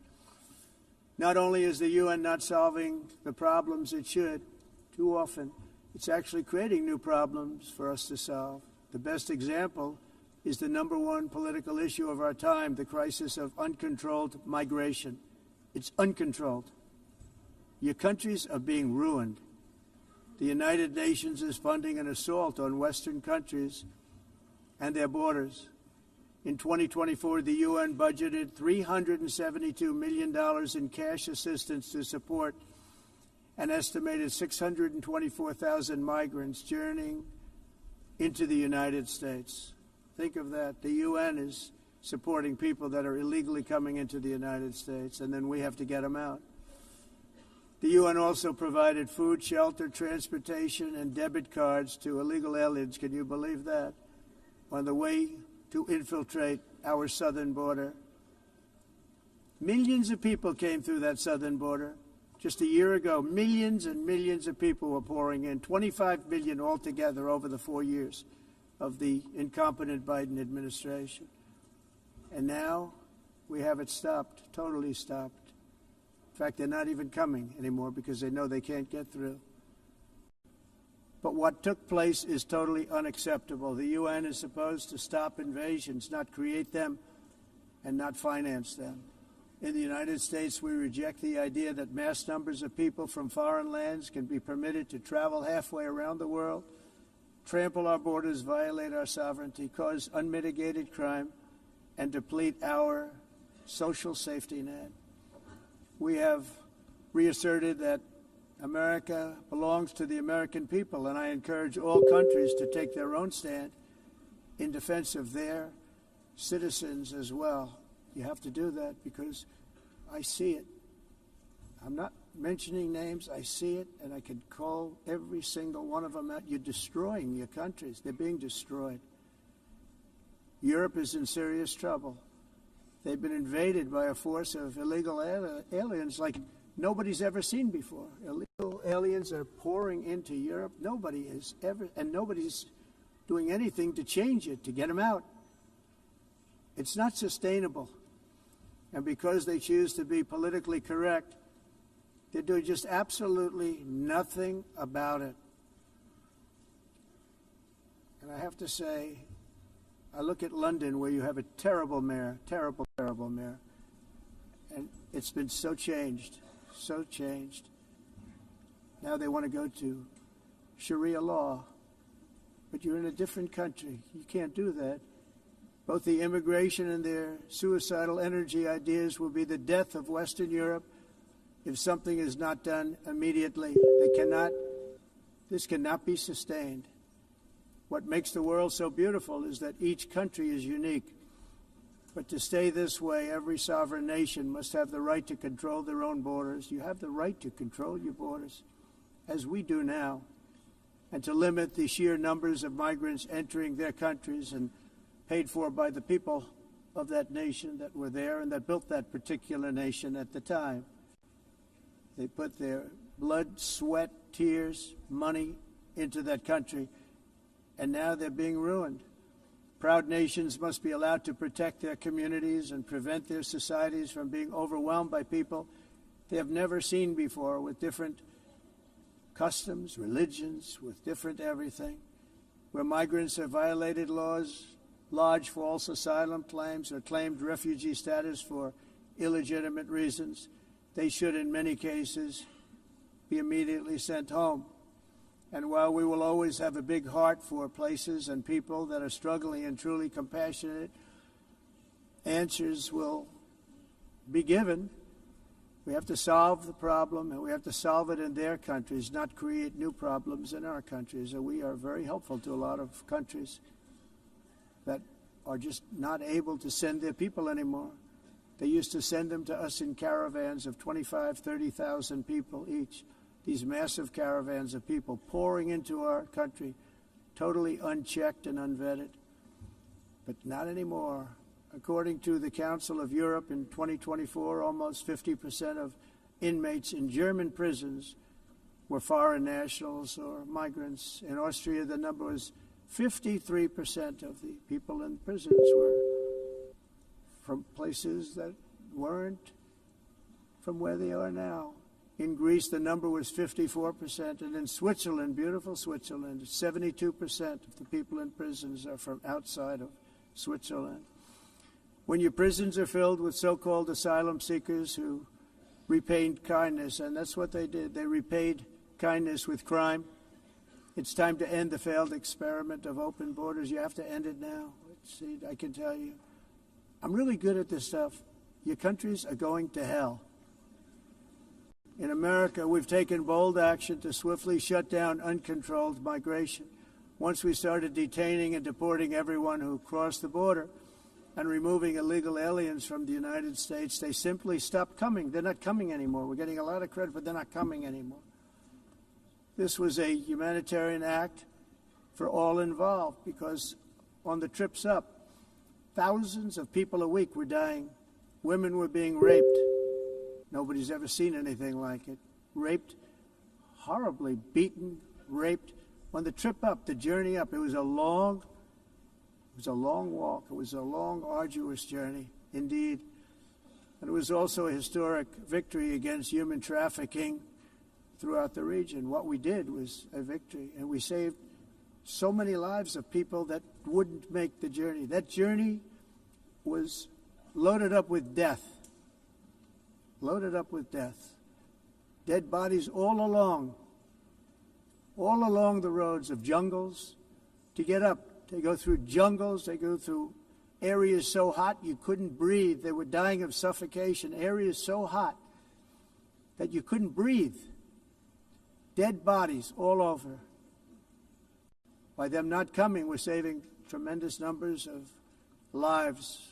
My people have done a fantastic job in doing what they did, and the American public agrees with it. I mean, I was very proud to see this morning I have the highest poll numbers I've ever had. Part of it is because of what we've done on the border. I guess the other part is what we've done on the economy. Joe Biden's policies empowered murderous gangs, human smugglers, child traffickers, drug cartels, and prisoners from all over the world. The previous administration also lost nearly 300,000 children. Think of that. They lost more than 300,000 children, little children, who were trafficked into the United States on the Biden watch, many of whom have been raped, exploited, and abused, and sold. Sold. Nobody talks about that. The fake news doesn't write about it. With many others, young children who are missing or dead. And we found a lot of these children and we're sending them back, and we've been sending them back to their parents. They said, nobody knows who they are. They said, where do you come from? And they'll give us a country, and we'll find out, and we'll figure it out, and we'll bring them back to their homes. And the mother and father rush to the door, and their tears in their eyes. They can't believe that they're seeing their son or daughter, their little son or daughter again. We've done almost 30,000 of them so far. Any system that results in the mass trafficking of children is inherently evil. Yet that is exactly what the globalist migration agenda has done, and it's what it's all about. In America, those days, as you know, are over. The Trump administration is working, and we are continuing to work to track down the villains that are causing this problem, and also, as I said, to get back the 30,000 we've already returned. now I think we're going to have another. We're going to find a lot. You're not going to find all of them. 300, more than 300,000. They're lost or they're dead. They're lost or they're dead because of the animals that did this. To protect our citizens, I've also designated multiple savage drug cartels as far as and you see this, and you see it happening right before your eyes. Let's put it this way. People don't like taking big loads of drugs in boats anymore. There aren't too many boats that are traveling on the seas by Venezuela. They tend not to want to travel very quickly anymore. And we've virtually stopped drugs coming into our country by sea. We call them the water drugs. They kill hundreds of thousands of people. I've also designated multiple savage drug cartels as far as foreign terrorist organizations, along with two bloodthirsty transnational gangs, probably the worst gangs anywhere in the world, MS-13 and Tren de Aragua. Tren de Aragua is from Venezuela, by the way. Such organizations torture, maim, mutilate, and murder with impunity. They're the enemies of all humanity. For this reason, we've recently begun using the supreme power of the United States military to destroy Venezuelan terrorists and trafficking networks led by Nicolas Maduro. To every terrorist thug smuggling poisonous drugs into the United States of America, please be warned that we will blow you out of existence. That's what we're doing. We have no choice. Can't let it happen. They're destroying. I believe we lost 300,000 people last year to drugs, 300,000. Fentanyl and other drugs. Each boat that we sink carries drugs that would kill more than 25,000 Americans. We will not let that happen. Energy is another area where the United States is now thriving like never before. We're getting rid of the falsely named renewables. By the way, they're a joke. They don't work. They're too expensive. They're not strong enough to fire up the plants that you need to make your country great. The wind doesn't blow. Those big windmills are so pathetic and so bad, so expensive to operate. And they have to be rebuilt all the time, and they start to rust and rot. Most expensive energy ever conceived, and it's actually energy. You're supposed to make money with energy, not lose money. You lose money, the governments have to subsidize. You can't put them out without massive subsidies. And most of them are built in China, and I give China a lot of credit. They build them, but they have very few wind farms. So why is it that they build them and they send them all over the world, but they barely use them? You know what they use? Coal. They use gas. They use almost anything, but they don't like wind. But they sure as hell like selling the windmills. Europe, on the other hand, is a long way to go, with many countries being on the brink of destruction because of the green energy agenda. And I give a lot of credit to Germany. Germany was being led down a very sick path, both on immigration, by the way, and on energy. They were going green, and they were going bankrupt. And the new leadership came in, and they went back to where they were, with fossil fuel and with nuclear, which is good. It's now safe. You can do it properly. But they went back to where they were, and they opened up a lot of different plants, energy-producing plants, and they're doing well. I give Germany a lot of credit for that. They've said this is a disaster, what's happening. They were going all green. All green is all bankrupt. That's what it represents. And it's not politically correct. I'll be very badly criticized for saying it, but I'm here to tell the truth. I don't care. It doesn't matter to me. I'm in New York City. I'm feeling a lot safer. Crime, we're getting crime down. And by the way, speaking of crime, Washington, D.C. was the crime capital of America. Now it's after 12 days, it's a totally safe city. Everyone's going out to dinner. They're going out to restaurants. Your wife can walk down the middle of the street with or without you. Nothing's going to happen. My people have done a fantastic job. And yes, I called in the National Guard, and the National Guard took care of business, and they weren't politically correct, but they took care of business. We got 1,700 career criminals out, brought them back to where they came from, the countries where they came from, or put them in jails. Washington, D.C. is now a totally safe city again, and I welcome you to come. In fact, we'll have dinner together at a local restaurant, and we'll be able to walk. We don't have to go by an armor-plated vehicle. We'll walk right over there from the White House.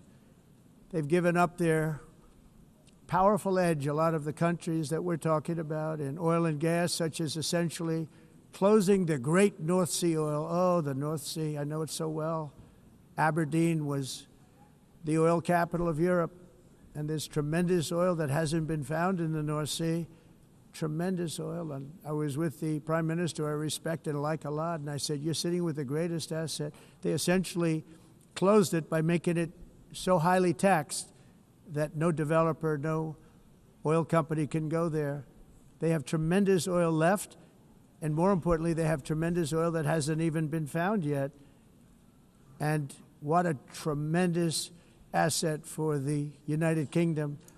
And I hope the Prime Minister is listening, because I told it to him 3 days in a row. That's all he heard. North Sea oil, North Sea, because I want to see them do well. I want to stop seeing them ruining that beautiful Scottish and English countryside with windmills and massive solar panels that go 7 miles by 7 miles, taking away farmland.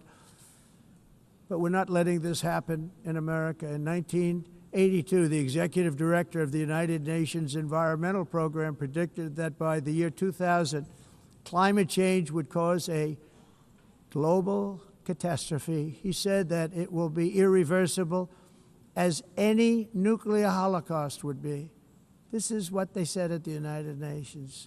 What happened? Here we are. Another UN official stated in 1989 that within a decade, entire nations could be wiped off the map by global warming. Not happening.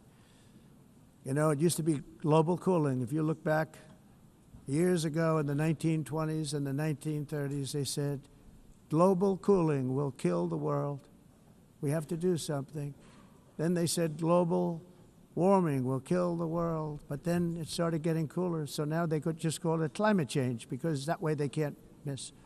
It's climate change, because if it goes higher or lower, whatever the hell happens, there's climate change. It's the greatest con job ever perpetrated on the world, in my opinion. Climate change, no matter what happens, you're involved in that. No more global warming, no more global cooling. All of these predictions made by the United Nations and many others, often for bad reasons, were wrong. They were made by stupid people that have cost their countries fortunes and given those same countries no chance for success.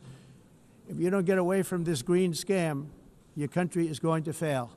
And I'm really good at predicting things, you know. They actually said during the campaign they had a hat, the best-selling hat. Trump was right about everything. And I don't say that in a braggadocious way, but it's true. I've been right about everything. And I'm telling you that if you don't get away from the green energy scam, your country is going to fail. And if you don't stop people that you've never seen before, that you have nothing in common with, your country is going to fail. I'm the President of the United States, but I worry about Europe. I love Europe. I love the people of Europe. And I hate to see it being devastated by energy and immigration. This double-tailed monster destroys everything in its wake, and they cannot let that happen any longer. You're doing it because you want to be nice. You want to be politically correct, and you're destroying your heritage. They must take control strongly and immediately of the unmitigated immigration disaster and the fake energy catastrophe before it's too late. The carbon footprint is a hoax made up by people with evil intentions, and they're heading down a path of total destruction. You know, the carbon footprint was a big, big thing a few years ago. I remember hearing about the carbon footprint, and then President Obama would get into Air Force One, a massive Boeing 747, and not a new one, an old one with old engines that spew everything into the atmosphere. He'd talk about the carbon footprint, we must do so. Then he'd get in and he'd fly from Washington to Hawaii to play a round of golf. And then he'd get back onto that big, beautiful plane, and he'd fly back, and he'd talk about, again, global warming and the carbon footprint. It's a con job. At extreme cost and expense, Europe reduced its own carbon footprint by 37%. Think of that.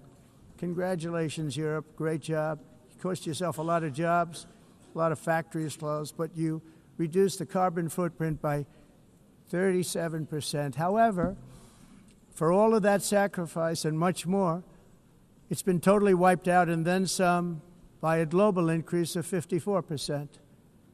Much of it coming from China and other countries that are thriving around China, which now produces more CO2 than all the other developed nations in the world.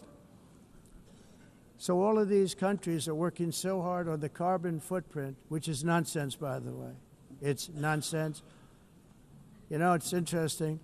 In the United States, we have still radicalized environmentalists, and they want the factories to stop. Everything should stop. No more cows. We don't want cows anymore. I guess they want to kill all the cows. They want to do things that are just unbelievable, and you have it too.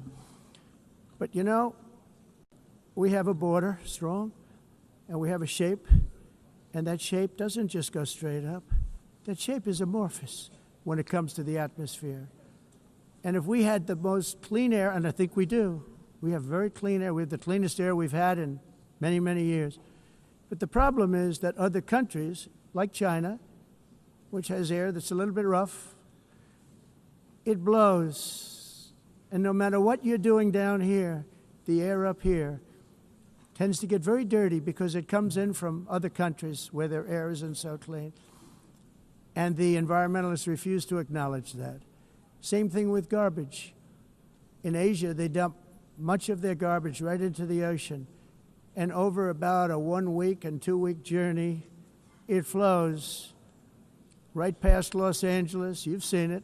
Massive amounts of garbage, almost too much to do anything about, flowing past Los Angeles, past San Francisco, and then somebody will get in trouble because he dropped a cigarette on the beach. The whole thing is crazy. The primary effect of these brutal green energy policies has not been to help the environment, but to redistribute manufacturing and industrial activity from developed countries that follow the insane rules that are put down to polluting countries that break the rules and are making a fortune. They're making a fortune.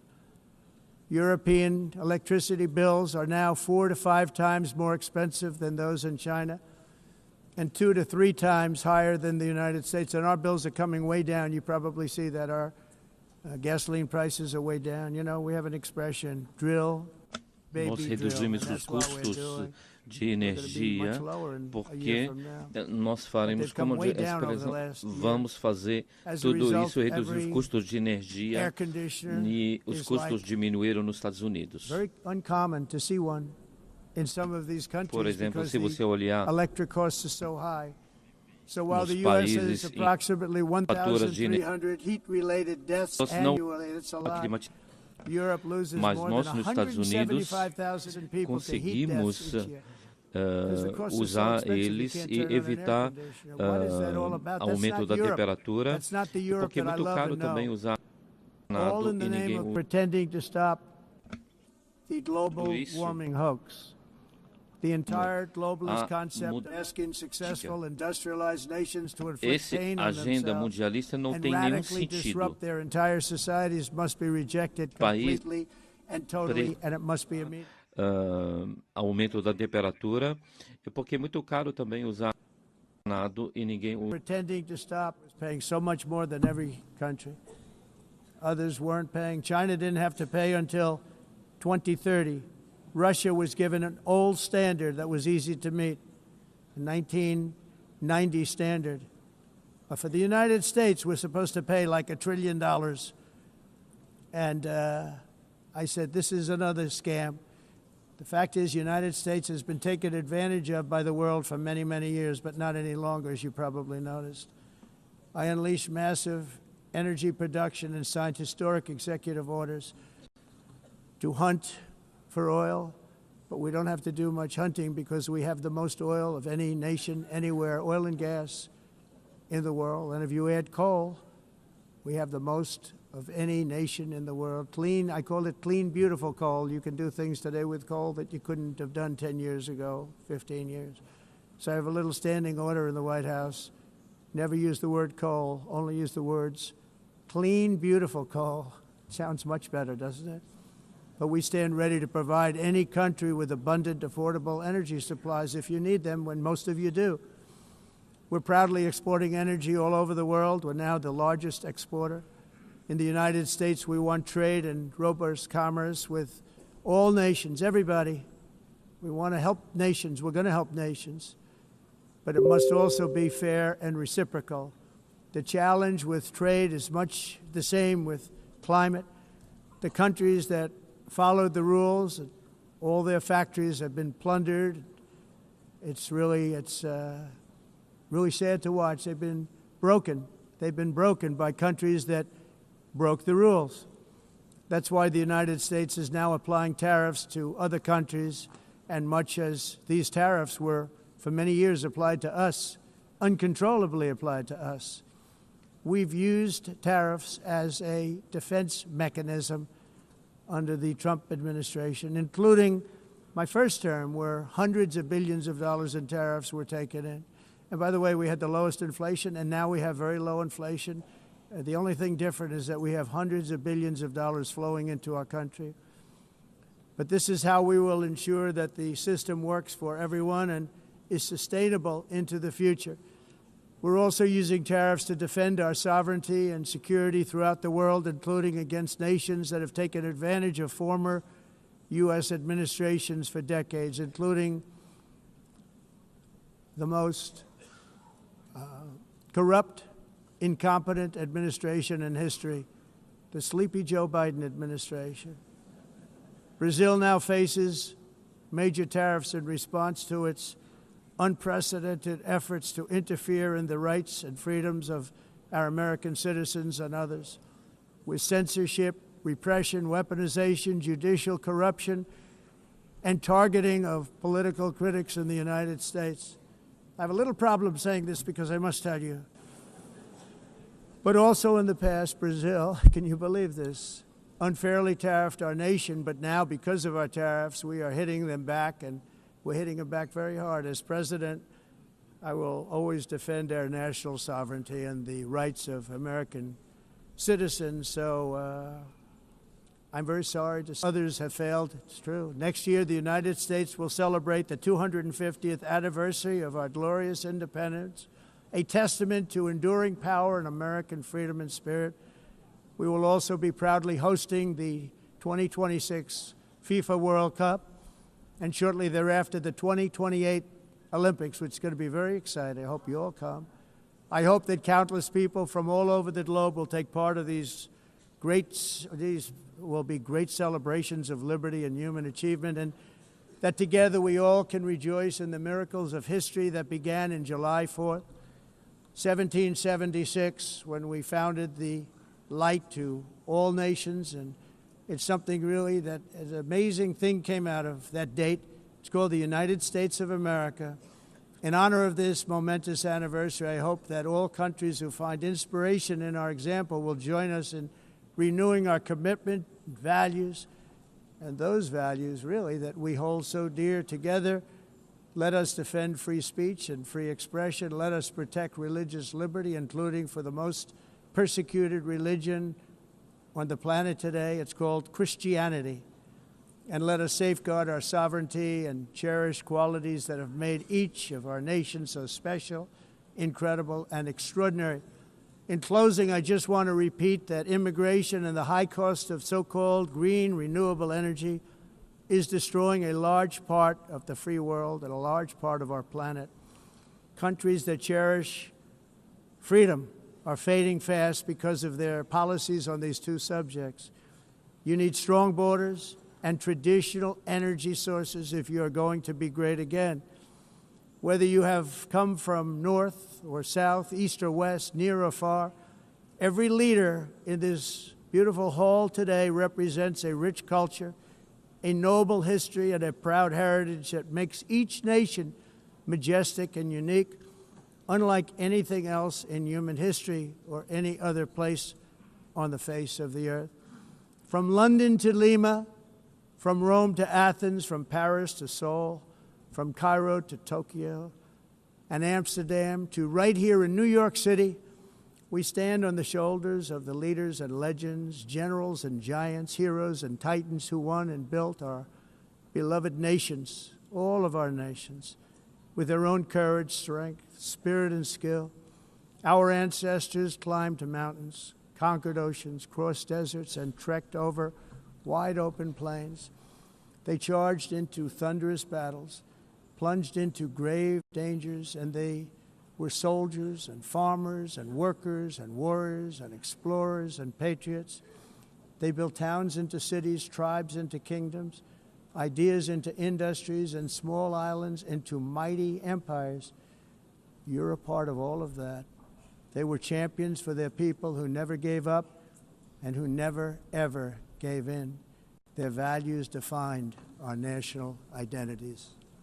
Their visions forged our magnificent destiny. Everybody in this room is a part of it in your own way. Each of us inherits the deeds and the myths, the triumphs, the legacies of our own heroes and founders who so bravely showed us the way. Our ancestors gave everything for homelands that they defended with pride, with sweat, with blood, with life, and with death. Now the righteous task of protecting the nations that they built belongs to each and every one of us. So together let us uphold our sacred duty to our people and to our citizens. Let us protect their borders, ensure their safety, preserve their cultures, treasure, and traditions, and fight, fight, fight for their precious dreams and their cherished freedoms. And in friendship and really a beautiful vision, let us all work together to build a bright, beautiful planet, a planet that we all share, a planet of peace and a world that is richer, better, and more beautiful than ever before. That can happen. It will happen. It will happen, and I hope it can happen and start right now, right at this moment. We'll turn it around. We're going to make our countries better, safer, more beautiful. We're going to take care of our people. Thank you very much. It's been an honor. God bless the nations of the world. Thank you very much. Bye.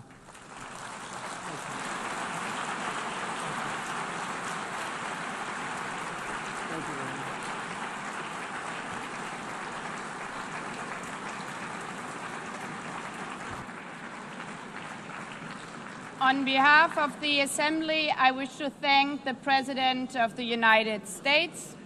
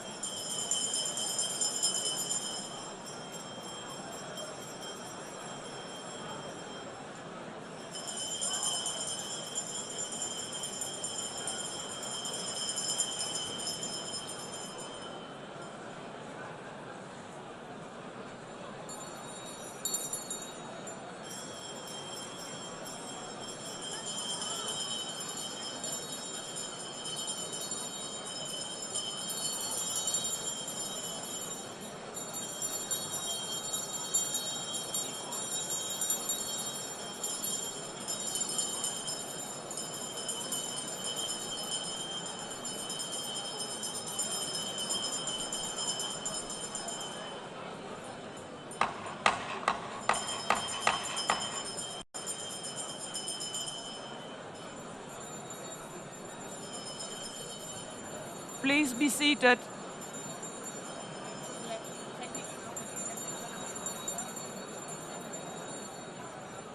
Please be seated.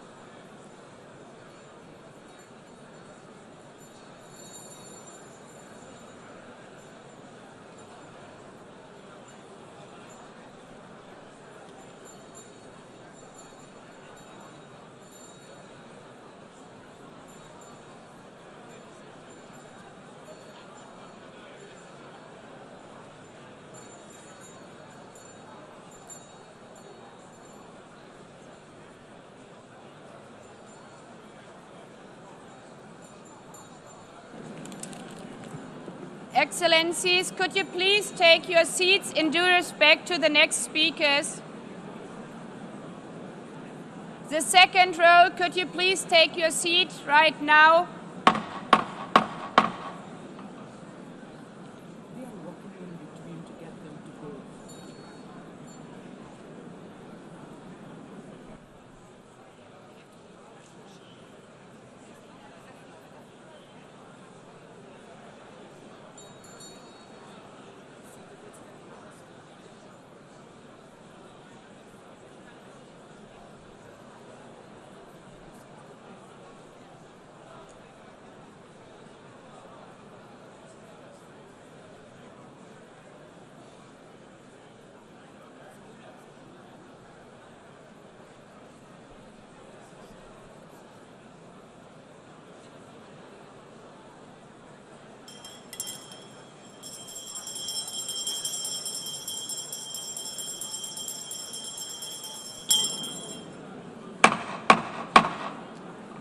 Please take a seat now. With due respect to the next speakers, I would kindly ask you, gentlemen in the left row, please take your seats. We will continue.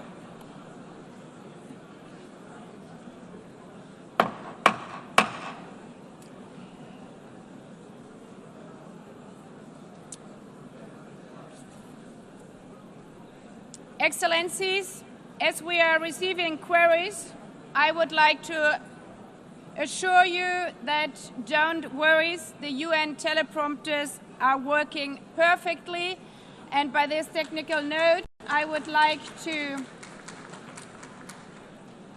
call on the next speaker. The Assembly will hear an address by His Excellency Prabowo Subianto, President of the Republic of Indonesia. I request protocol to escort His Excellency and invite him to address the Assembly.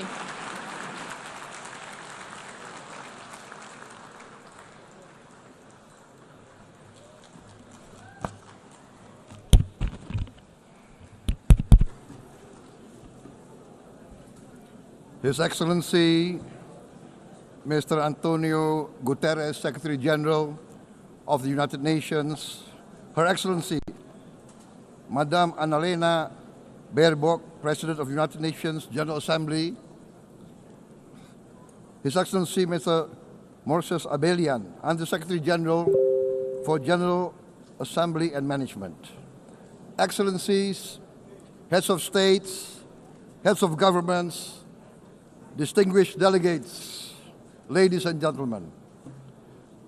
It is indeed a great honor for me to stand in this august General Assembly Hall among leaders and representatives who represent almost all of humanity. We differ in race, religion, and nationality, yet we gather together today as one human family. We are here first and foremost as fellow human beings, each created equal, endowed with unalienable rights to life, liberty, and the pursuit of happiness. The words of the United Nations Declaration of Independence have inspired democratic movements across continents, including the French Revolution, the Russian Revolution, the Mexican Revolution, the Chinese Revolution, and Indonesia's own struggle and journey to freedom. It also gave birth to the Universal Declaration of Human Rights, adopted by the United Nations in 1948. All men are created equal was the creed that opened the way to unprecedented global prosperity and dignity. And yet, in our own era of scientific and technological triumphs, an era capable of ending hunger, poverty, and environmental ruin, we also continue to face today grave dangers, challenges, and uncertainties. Human folly, fueled by fear, racism, hatred, oppression, and apartheid, threatens our common future. My country knows this pain. For centuries, Indonesians lived under colonial domination, oppression, and slavery. We were treated less than dogs in our own homeland. We Indonesians know what it means to be denied justice and what it means to live in apartheid, to live in poverty, and to be denied equal opportunity. We also knew what solidarity can do in our struggle for independence, in our fight to overcome hunger, disease, and poverty. The United Nations stood with Indonesia and gave us vital assistance. Decisions made here based on human solidarity by the Security Council and this Assembly gave Indonesia independence, international legitimacy, opened doors, and supported our early development through the efforts of the United Nations Children's Fund, the United Nations Food and Agriculture Organization, the FAO, the World Health Organization, and many, many other United Nations institutions. And because of that, Indonesia today stands on the cusp of shared prosperity and greater equality and dignity. Madam President, Excellencies, our world today is driven by conflict, injustice, and deepening uncertainty. Every day we witness suffering, genocide, and blatant disregard for international law and human decency. In the face of these challenges, we must not give up. As the United Nations Secretary General said, we cannot give up. We cannot surrender our hopes or our ideals. We must draw closer, not drift apart. Together we must strive to achieve our hopes, our dreams. The United Nations was born from the ashes of the Second World War that claimed scores of millions of lives. It was created to secure peace, security, justice, and freedom for all.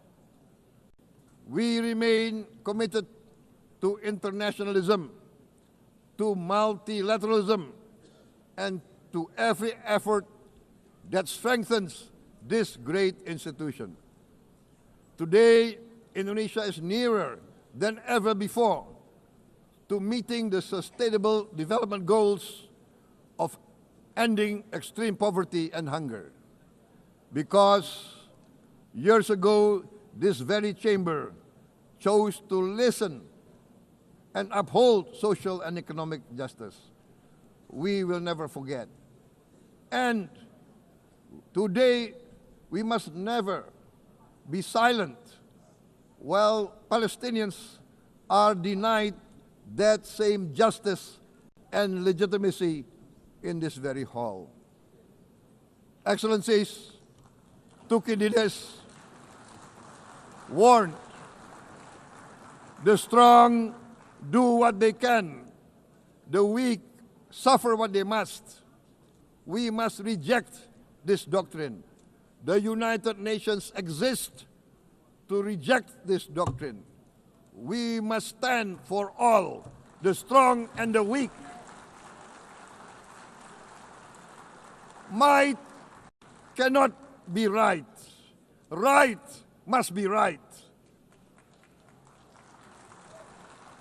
Indonesia today is one of the largest contributors to United Peacekeeping Forces. We believe in the United Nations. We will continue to serve where peace needs guardians, not with just words, but with boots on the ground.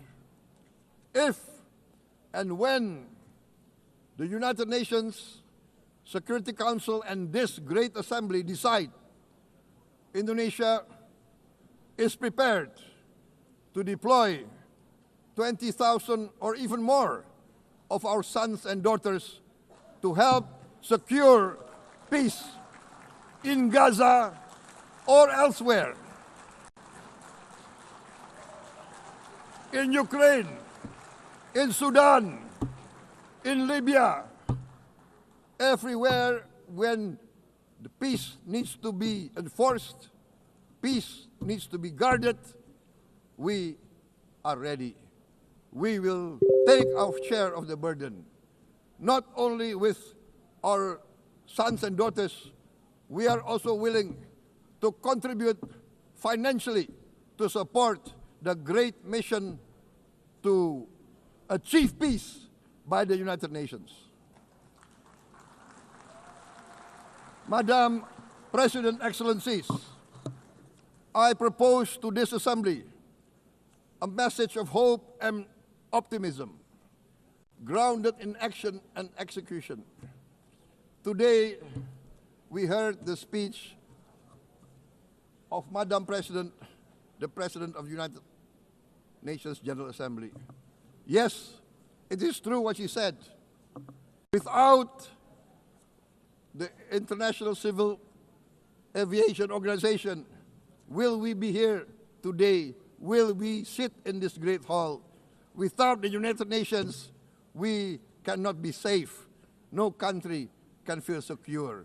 We need the United Nations, and Indonesia will continue to support the United Nations, even though we still struggle, but we know the world needs a strong United Nations.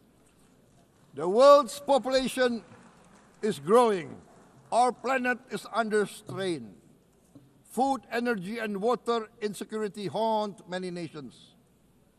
We choose to answer these challenges directly at home and to help abroad wherever we can. This year, Indonesia recorded the highest rice production and grain reserves in our history. We are now self-sufficient in rice, and we are starting now to export rice to other nations in need, including providing rice for Palestine. We are building resilient food supply chains, strengthening farmer productivity, investing in climate-smart agriculture to ensure food security for our children and for the children of the world. We are confident in a few years' time, Indonesia will be the granary of the world. As the world's largest island state, we testify before you that we are already experiencing the direct consequences of climate change, particularly the threat of rising sea levels. The sea level on the north coast of our capital city is increasing by 5 centimeters every year. Can you imagine in 10 years? Can you imagine in 20 years? For this, we are forced to build a giant seawall, 480 kilometers in length. It will take us maybe 20 years, but we have no choice. We have to start now. Therefore, we choose to confront climate change not by slogans, but by immediate steps. We are committed to meeting our 2015 Paris Agreement obligations. We aim to achieve net zero emission by 2060, and we are very confident we can achieve net zero emission much earlier. We aim to reforest more than 12 million hectares of degraded forest, to reduce forest degradation, to empower local communities with quality green jobs for the future. Indonesia is shifting decisively from fossil fuel-based development towards renewable-based development. From next year, most of our additional power generation capacity will come from renewables. Our goal is clear: to lift all of our citizens out of poverty and make Indonesia a hub for solutions to food, energy, and water security. Madam President, Excellencies, we live in a time when hatred and violence can seem to be the loudest voices. But beneath this loud noise lies a quieter truth, that every person longs to be safe, to be respected, to be loved, and to leave a better world to their children. Our children are watching. They are learning leadership, not from textbook, but from our choices. Today, still, a catastrophic situation in Gaza is unfolding before our eyes. At this very moment, the innocent are crying for help, are crying to be saved. Who will save them? Who will save the innocent? Who will save the old and women? Millions are facing danger at this very moment. As we sit here, they are facing trauma. They are facing irreparable damage to their bodies. They are dying of starvation. Can we remain silent? Will there be no answer to their screams? Will we teach them that the human family can rise to the challenge? Madam President, we must act now. Many speakers have said that. We must stand for a multilateral order where peace, prosperity, and progress are not the privilege of a few, but the right of all. With a strong United Nations, we can build a world where the weak do not suffer what they must, but live the justice that they deserve. Let us continue humanity's great journey of ideals, the selfless aspirations that created the United Nations. Let us use science to uplift, not use science to destroy. Let rising nations help others to lift themselves.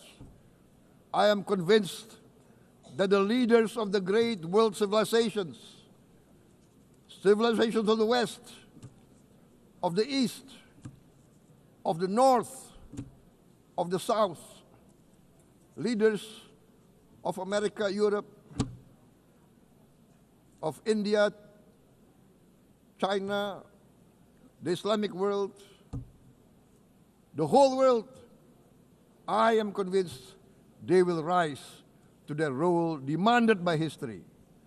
We are all hopeful that the leaders of the world will show great statesmanship, great wisdom, restraint, humility, overcome hate, overcome suspicion. Madam President, distinguished delegates, we are greatly heartened by the events of the last few days, where significant leading countries of the world have chosen to side with history, to choose the right side of history, the path of the moral high ground, the path of rectitude, the path of justice, the path of humanity, to shun hatred, to overcome suspicion, and to avoid the use of violence. The use of violence will beget violence. No one country can bully the whole community of the human family.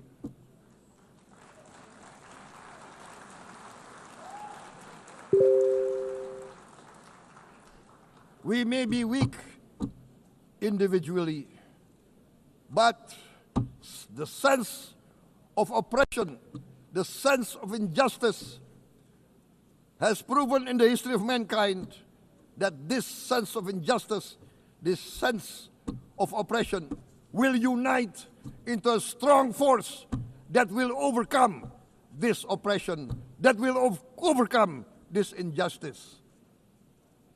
To close, I would like to reiterate again Indonesia's complete support for the two-state solution in Palestine. We must have an independent Palestine, but we must also recognize, we must also respect, and we must also guarantee the safety and security of Israel. Only then we can have real peace, and no longer hate and no longer suspicion. The only solution is this two-state solution. Two descendants of Abraham must live in reconciliation, peace, and harmony. Arabs, Jews, Muslims, Christians, Hindus, Buddhists, all religions, we must live as one human family. Indonesia is committed to being part of making this vision a reality. Is this a dream? Maybe, but this is the beautiful dream that we must work together towards. Let us work towards this noble goal. Let us continue humanity's journey of hope, a journey started by our forefathers, a journey that we must complete. Thank you. Wassalamualaikum warahmatullahi wabarakatuh.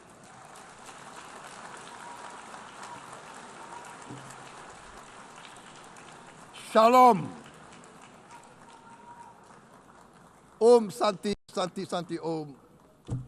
Namo Buddhaya. Thank you very much. May God bless us all. May peace be upon us. Thank you very much. Thank you. On behalf of the Assembly, I wish to thank the President of the Republic of Indonesia.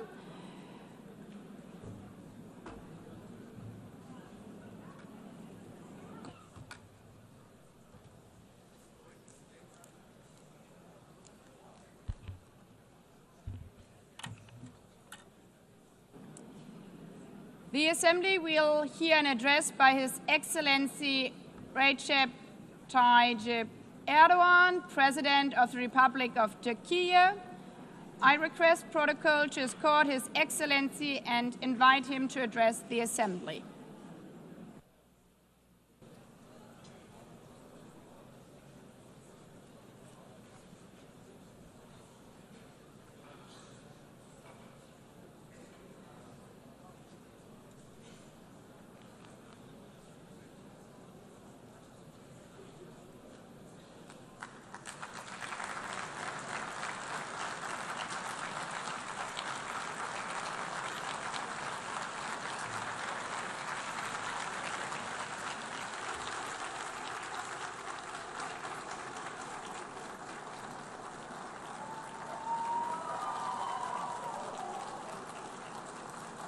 Sayın Başkan, Excellency değerli President of UNGA, devlet ve hükümet başkanları, Excellencies, Heads of State and Government, Sayın Genel Sekreter, Distinguished Secretary General, kıymetli delegeler, Distinguished sizleri Delegation Members, şahsım ve milletim on behalf adına of myself and en my kalbi nation, I duygularımla greet you all with selamlıyorum. most heartfelt feelings. Birleşmiş Milletler I wish 80. for the Genel 80th Kurulu'nun United tüm Nations insanlık General için Assembly to hayırlara bring vesile blessings to olmasını all humanity. temenni ediyorum.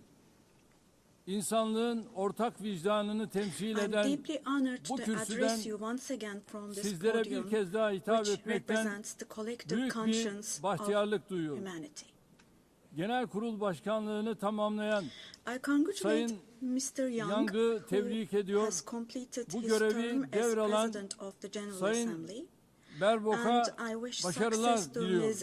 Baerbock, who has Konuşmamın hemen taken başında over this position. Filistin'in giderek artan sayıda ülke At the outset tarafından of my tanındığı speech, bir I would like to dönemde first express my Filistin regret Devlet at the Başkanı absence today Sayın of the Mahmud President Abbas'ın of the State bugün of Palestine, bizzat Mahmud aramızda Abbas, olamayışından at a time when duyduğum Palestine üzüntüyü is being ifade etmek istiyorum. recognized by an increasing number of Biz countries. bugün bu kürsüde Today, kendi we stand here vatandaşlarımızla on this birlikte podium. I sesi stand here on kısılmak this istenen podium Filistin alongside halkına my tercüman olmak 86 için million de citizens, bulunuyoruz. also for our Filistin Palestinian devletini brothers and tanıyacağını sisters açıklayan whose voices are tüm being silenced. ülkelere teşekkür ediyor.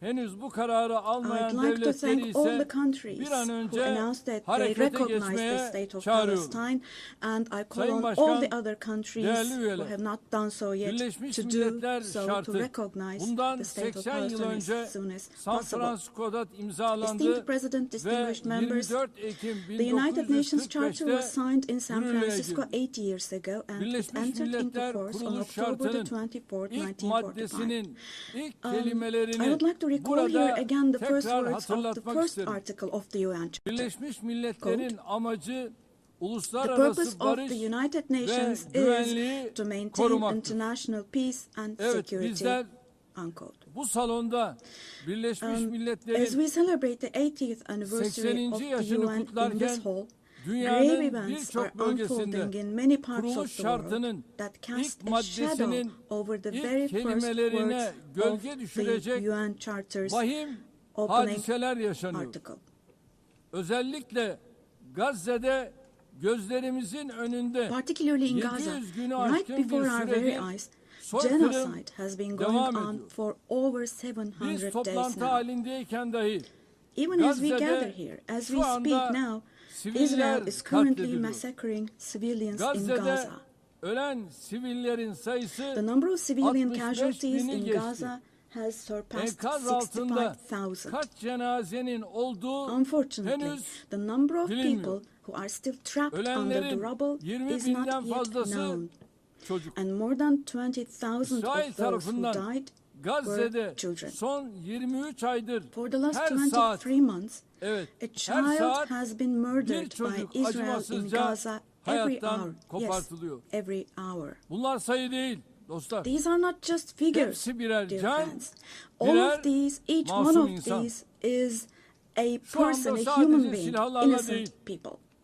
People are now being açlık killed not with silahıyla da weapons, insanlar but with the öldürülüyor. weapon of starvation. 21. yüzyılda medeni In the dünyanın 21st bakışları century, altında under the gaze of the 146 civilized çocuk, world, 428 428 people kişi died of starvation. açlıktan Out of hayatını those kaybetti 428, ve sayı her geçen gün 146 artıyor. were children. Şimdi And size this number is increasing Gazze'deki every day. günlük hayatı anlatan Now, bir fotoğraf I will show you a göstereceğim. photo, which is a picture from daily life in Birinci Gaza. fotoğraf The first photo, gördüğünüz gibi as you see, ellerinde these are leğenli people. kadınlar. These are women Lütfen with hepimiz these cups that they are elimizi holding in vicdanımıza their koyup hands, cups cevap and verelim. buckets. Just 2025 feel your yılında conscience and answer böyle the bir following gaddallığın question. makul bir sebebi Can we possibly olabilir have a mi? reasonable reason Fakat for this insanlık brutality adına in bu utanç 2025? manzarası Gazze'de This 23 aydır shameful her gün picture in Gaza has tekrar been ediyor. unfolding and is being repeated 365 every day kilometre for kare içinde 23 yaşayan months now. 2,5 milyon And Gazze'li there are her 2.5 gün million yerinden Gazans ediliyor. who live Her in gün bir başka 365 bölgeye square göçe kilometers. And every day zorlanıyor. what happens Gazze'nin is sağlık they are altyapısı tamamen being dragged from one çökmüş place durumda. to another. The Doktorlar healthcare öldürüldü. infrastructure Ya of da Gaza gözaltına is alındı. completely collapsed. Doctors Ambulanslar have been killed vuruldu. or they have Hastaneler disappeared bombalandı. while under custody. Yıkıldı. Ambulances have been hit. Tedavi Hospitals mümkün değil. targeted and destroyed. Operasyon Treatment mümkün is değil. not possible. Surgery İlaç is bulmak not possible. It's mümkün not değil. possible to find Dostlar, medications.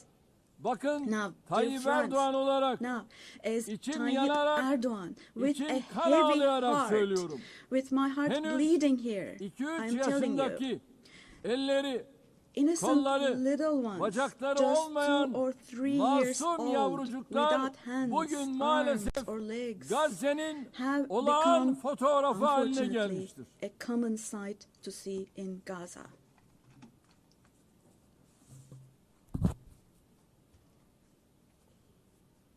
Buna hangi vicdan dayanır? What kind of a human conscience can Hangi vicdan possibly buna bear this? sessiz kalabilir? Possibly. Çocukların How can açlıktan, one stay silent vis-a-vis this? ilaçsızlıktan öldüğü bir dünyada In a world where huzur olur children mu? are dying of starvation and lack of Hepimiz medication, can we possibly anne have calm babayız. and peace? We all are üzerine parents. titrediğimiz We have evlatlarımız, children torunlarımız or var. grandchildren Burada, who we dearly cherish. Amerika'da, Here, Avrupa'da, say in dünyanın her America or yerinde in Europe, anywhere bir in the çocuğun world, eline when a küçük small bir rose diken batsa thorn hurts a anne child's babaların hand, yüreği yanıyor. the hearts of Ama parents Gazze'de break. But in çocukların Gaza, elleri, children's kolları, hands, arms, bacakları and legs are anestezi being amputated yapılmadan without ampute ediliyor. anesthesia. Kimse kusura bakmasın ama Now, I'm extremely bu sorry to say, insanlığın but this dip noktası. represents the lowest point of İnsanlık humanity. tarihi son bir asırda Human böyle history bir vahşet has not witnessed görmemiş. such bloodshed within the last century. Her şey gözümüzün All önünde of cereyan this ediyor. is happening before our very eyes. Gazze'deki soykırım, The genocide medya, in Gaza sosyal is medya being aracılığıyla broadcast her an canlı olarak live every yayınlanıyor. moment through the İsrail, media and social media. Şu ana kadar Gazze'de So far, ulusal Israel ve has uluslararası deliberately basında killed çalışan 250 250 journalists gazeteci working in national and kasıtlı international olarak media in öldürdü. Gaza. Gazze'ye tüm girişleri yasakladı. And Ama yine de they soykırımı have closed gizleyemedi. all the entrance Filistin into Gaza, topraklarında but they still have not devam been able to eden cover up the genocide. soykırıma her fırsatta I dikkatlerini çeken wholeheartedly support Genel Secretary General Sekreter Guterres Sayın because he Guterres'i consistently draws gönülden attention to the destekliyorum. ongoing Cesareti için genocide kendisini in Palestinian bir kez daha territories, and I would tebrik like to once ediyorum. again congratulate him for his courage. Ancak But Birleşmiş Milletler the Gazze'de United kendi Nations has çalışanlarını not dahi even been able to maalesef protect its own koruyamamıştır. personnel in Gaza. Gazze'de insanlara yardım için Unfortunately. koşturan 500 In kişi Gaza, 500 öldürülmüştür. people rushing to help others Ve have bunların been killed. Out 326'sı of those 500, Birleşmiş Milletler personelidir. 326 were Sayın UN Başkan, staff members. Değerli üyeler, Esteemed President, bakınız distinguished members, soykırım tıpkı Now, Holocaust gibi insanların toplu halde iması genocide, için like the kullanılan Holocaust, is a utanç shameful verici, concept which insanlık refers dışı to the mass barbarca bir extermination kavramdır. of people. It's a Oysa barbaric bugün concept. Gazze'de Today, sadece insanlar öldürülmüyor. It's not only people who are being killed in Gazze'de Gaza, hayvanlar mind you. hedef alınarak Animals öldürülüyor. are being targeted and Gazze'de killed in Gaza. tarım alanları, bahçeler, In Gaza, ağaçlar, agricultural land, otlar, gardens, Gazze'de trees, grass, asırlık zeytin ağaçları century-old olive yok trees ediliyor. are being destroyed. Gazze'de In Gaza, sular yok ediliyor. water supplies are being Kirletiliyor. destroyed and Gazze'de polluted. binalar, evler, Buildings, kütüphaneler, homes, hastaneler, libraries, okullar, hospitals, camiler, schools, mosques, kiliseler, churches, tarihi yapılar and historical bilinçli bir structures şekilde in Gaza are being yıkılıyor. deliberately destroyed. Gazze'nin toprağı insan içinde, The soil hayvan of içinde, Gaza is being bitki rendered içinde useless for humans, artık işe for animals, yaramaz and for hale plants. getiriliyor. İşte sizlere bir başka fotoğraf daha. Let me show you yet another Şimdi size photo. soruyorum. And let me ask you Elimdeki here. şu fotoğrafın Look at this güvenlik arayışıyla ne ilgisi var? What could this photo here Bunun possibly adı have to do with security canlıya concerns? düşmanlık. Hayata This is being düşmanlık değil. against, Bu kürsüden life. açık açık ifade ediyorum. don't you think? Gazze'de Let bir me savaş state yok. this openly from this podium. Gazze'de There is iki no war taraftan in Gaza. söz edilemez. We cannot possibly talk about the Gazze'de bir presence yanda of two sides in elinde en Gaza. modern, Because en in öldürücü Gaza, on silahlar one olan side, there is a düzenli regular ordu, army diğer with the most tarafta ise modern, most lethal masum weapons, siviller, and on the other masum hand, there are çocuklar innocent var. civilians, Bu innocent terörle children. mücadele değildir. This is not fight Bu against 7 Ekim terrorism. olayı öne sürülerek yürütülen bir işgal, tehcir, This is an occupation, sürgün, deportation, soykırım, daha exile, doğrusu genocide, bir toplu and kıyım life politikasıdır. destruction, mass destruction Bugün policy Gazze carried out Hamas by invoking the bahanesiyle events of yok October the edilirken 7th. eş Today, zamanlı while olarak Gaza is being destroyed Hamas'ın under the yönetimde pretext of olmadığı Hamas, Batı Şeria'da concurrently, adım adım simultaneously, işgal the edilmekte, West Bank, where Hamas infazlarla is not in power, masum siviller is also being occupied katledilmektedir. step by step, Üstelik and innocent İsrail, civilians are being Gazze massacred through ve Batı executions. Şeria ile Moreover, sınırlı Israel kalmıyor, is not limiting Suriye'ye, itself to Gaza and the İran'a, West Bank only. Yemen'e, By launching attacks Lübnan'a on Syria, saldırılar on Iran, düzenleyerek Yemen, and bölge Lebanon, barışını da Israel tehdit ediyor. is also threatening son regional peace. arabulucu Just Katar'da recently, an Israeli ateşkes attack müzakereleri took place için against a toplantı delegation, yapan heyete delegation İsrail meeting in saldırısı Qatar for gerçekleşmiştir. ceasefire negotiations. Katar'a yönelik saldırı The göstermiştir ki attack on Qatar İsrail has also yönetimi shown that tamamen the Israeli leadership kontrolü is now kaybetmiştir. completely out of control. Netanyahu'nun barış yapmaya da rehineleri Netanyahu kurtarmaya da niyetinin is olmadığı not obviously bir kez daha interested in forging anlaşılmıştır. peace or releasing Sadece the komşuları değil, hostages. Orta Doğu'daki Not only tüm ülkeler Israel's neighbors, İsrail but all hükümetinin countries in the Middle pervasız East are tehditlerine subject to the Israeli muhatap oluyor. government's reckless Şunun da threats. farkına varalım. And we must realize, İsrail'in artan following. saldırganlığı sebebiyle Avrupa başta due to the olmak üzere increasing aggression Batı'da of İkinci Israel Dünya Savaşı sonrası in Europe and ortaya the West çıkan in değerler general, de the values çok that ağır emerged after yara the Second almıştır. World War have been En temel eroded. insan hakları, ifade The özgürlüğü, most fundamental human basın rights, özgürlüğü, such as freedom of gösteri ve expression, protesto freedom of özgürlüğü, the press, kadın freedom of hakları, assembly and protest, çocuk women's hakları, rights, children's demokrasi, rights, democracy, eşitlik, equality, adalet and gibi justice kavramlar have rafa been kaldırılmış. shelved away. Gelinen noktada At this point, hepimiz we all şu have to gerçeği see görmek zorundayız. the following Değerli truth, dostlar, my dear friends. vaat edilmiş topraklar The Israeli saplantısıyla government, hareket driven by an eden obsession İsrail with the yönetimi promised lands, yayılmacı bir is politikayla openly threatening bölge regional barışına peace and ve shared insanlığın values of müşterek kazanımlarına kastetmektedir. Üç semavi dinin kutsal beldesi, Three celestial insanlığın religions. ortak mirası olan Kudüs-ü Şerif Jerusalem bu radikalizmin doğrudan hosts three celestial hedefi. religions and Vicdan sahibi a common Musevileri de inherited rahatsız eden, holy place. onların da tasvip etmediği Al-Quds is dahası holy for all tüm three dünyada religions. antisemitizmi körükleyen bu cinnet This hali madness disturbs artık conscientious Jews. daha It fazla fuels anti-Semitism devam around the edemez. world. We cannot continue with this madness anymore.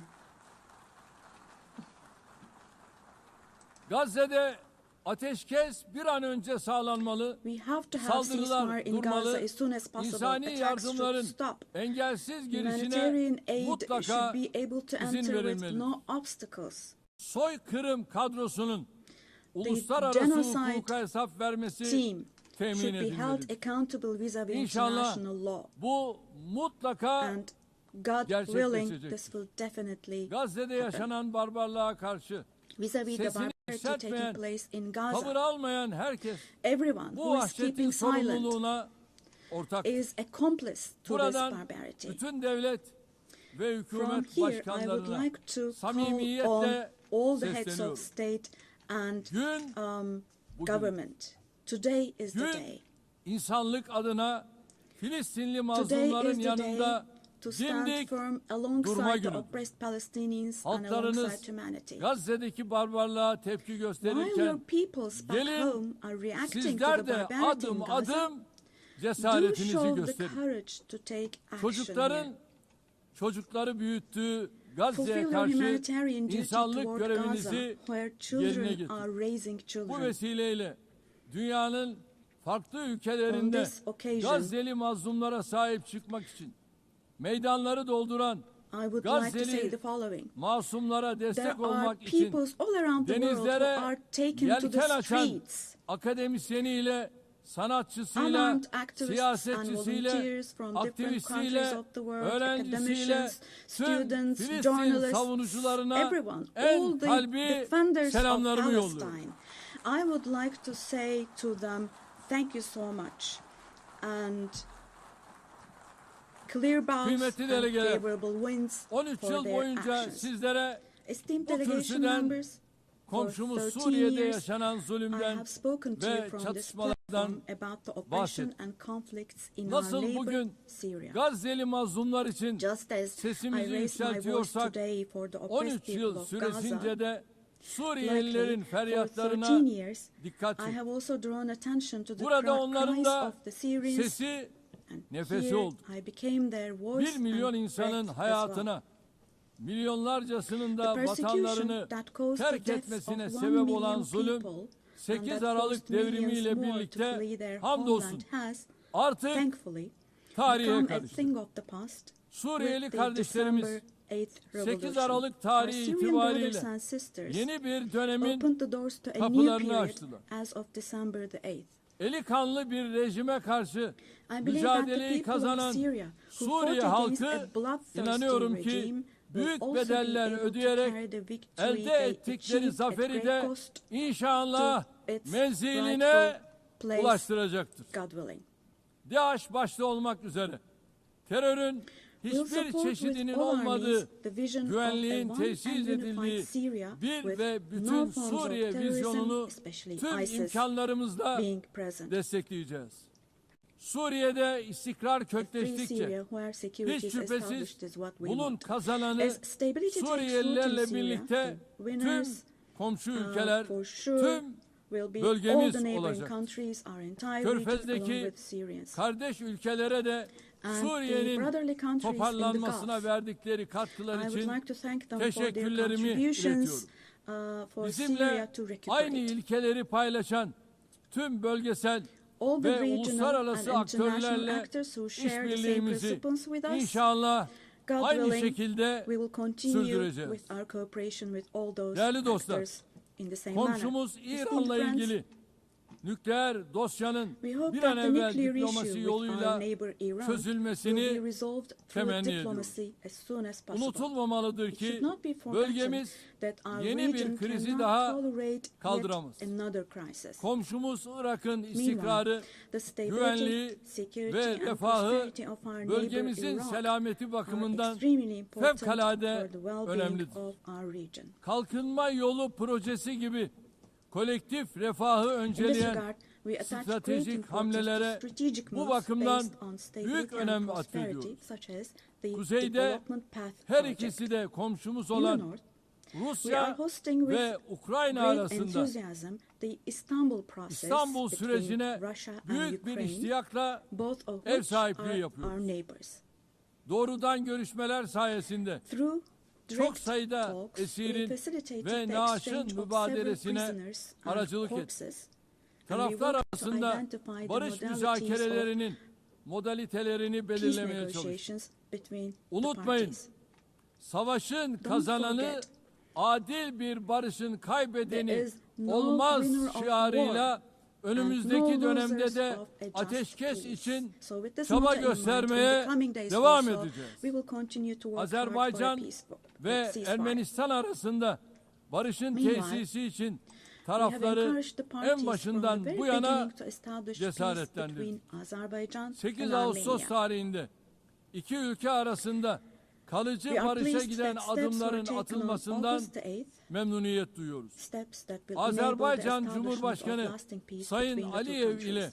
Ermenistan Başbakanı Sayın Paşinyan başta olmak üzere sürece katkıda bulunan Amerikan Başkanı Sayın Trump'ı burada bir kez daha tebrik ediyorum. Bu vesileyle ülkemizle Ermenistan arasındaki normalleşme sürecinin kendi rayında ilerlediğini de ifade etmek isterim.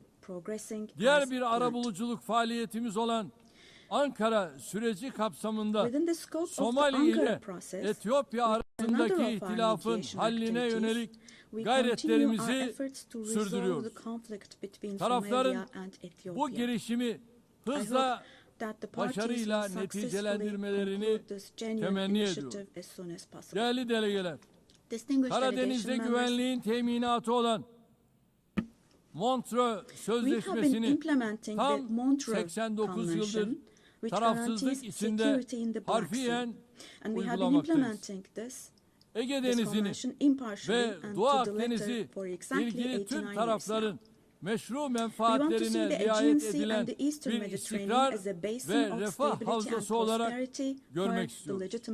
Enerji ve çevre başta olmak üzere her konuda yapıcı işbirliğine hazırız. Komşularımızdan da aynısını bekliyoruz. Bu vesileyle Doğu Akdeniz'de Türkiye'yi ve Kuzey Kıbrıs Türk Cumhuriyeti'ni dışlayan projelerin başarılı olamayacağını burada özellikle vurgulamak istiyorum. Kıbrıs adasının batısında Türkiye'nin hak ve yetkileri, adanın etrafındaki alanlarda ise Kıbrıs Türklerinin meşru hakları var. Daha evvel de teklif ettiğimiz Doğu Akdeniz Konferansı müşterek bir zeminin bulunmasına katkı yapacak. Kıbrıs meselesinin çözümü daha önce defalarca denenmiş ancak Rum tarafının uzlaşmaz tutumu nedeniyle tüketilmiş federasyon modeli üzerine bina edilemez. Kıbrıs adasında iki ayrı devlet ve iki ayrı halk vardır. Kıbrıs Türkleri adanın eşit sahibidir ve azınlık olmayı kabul etmeyecek. Uluslararası toplum, Kıbrıs Türklerinin yarım asırdır maruz bırakıldıkları haksız izolasyona artık son vermelidir. Son 3 Birleşmiş Milletler Genel Kurulu'nda yaptığım çağrıyı bugün bir kere daha tekrarlıyor. Uluslararası toplumu Kuzey Kıbrıs Türk Cumhuriyeti'ni tanımaya, diplomatik, siyasi ve ekonomik ilişkiler kurmaya davet ediyor. Sayın Başkan,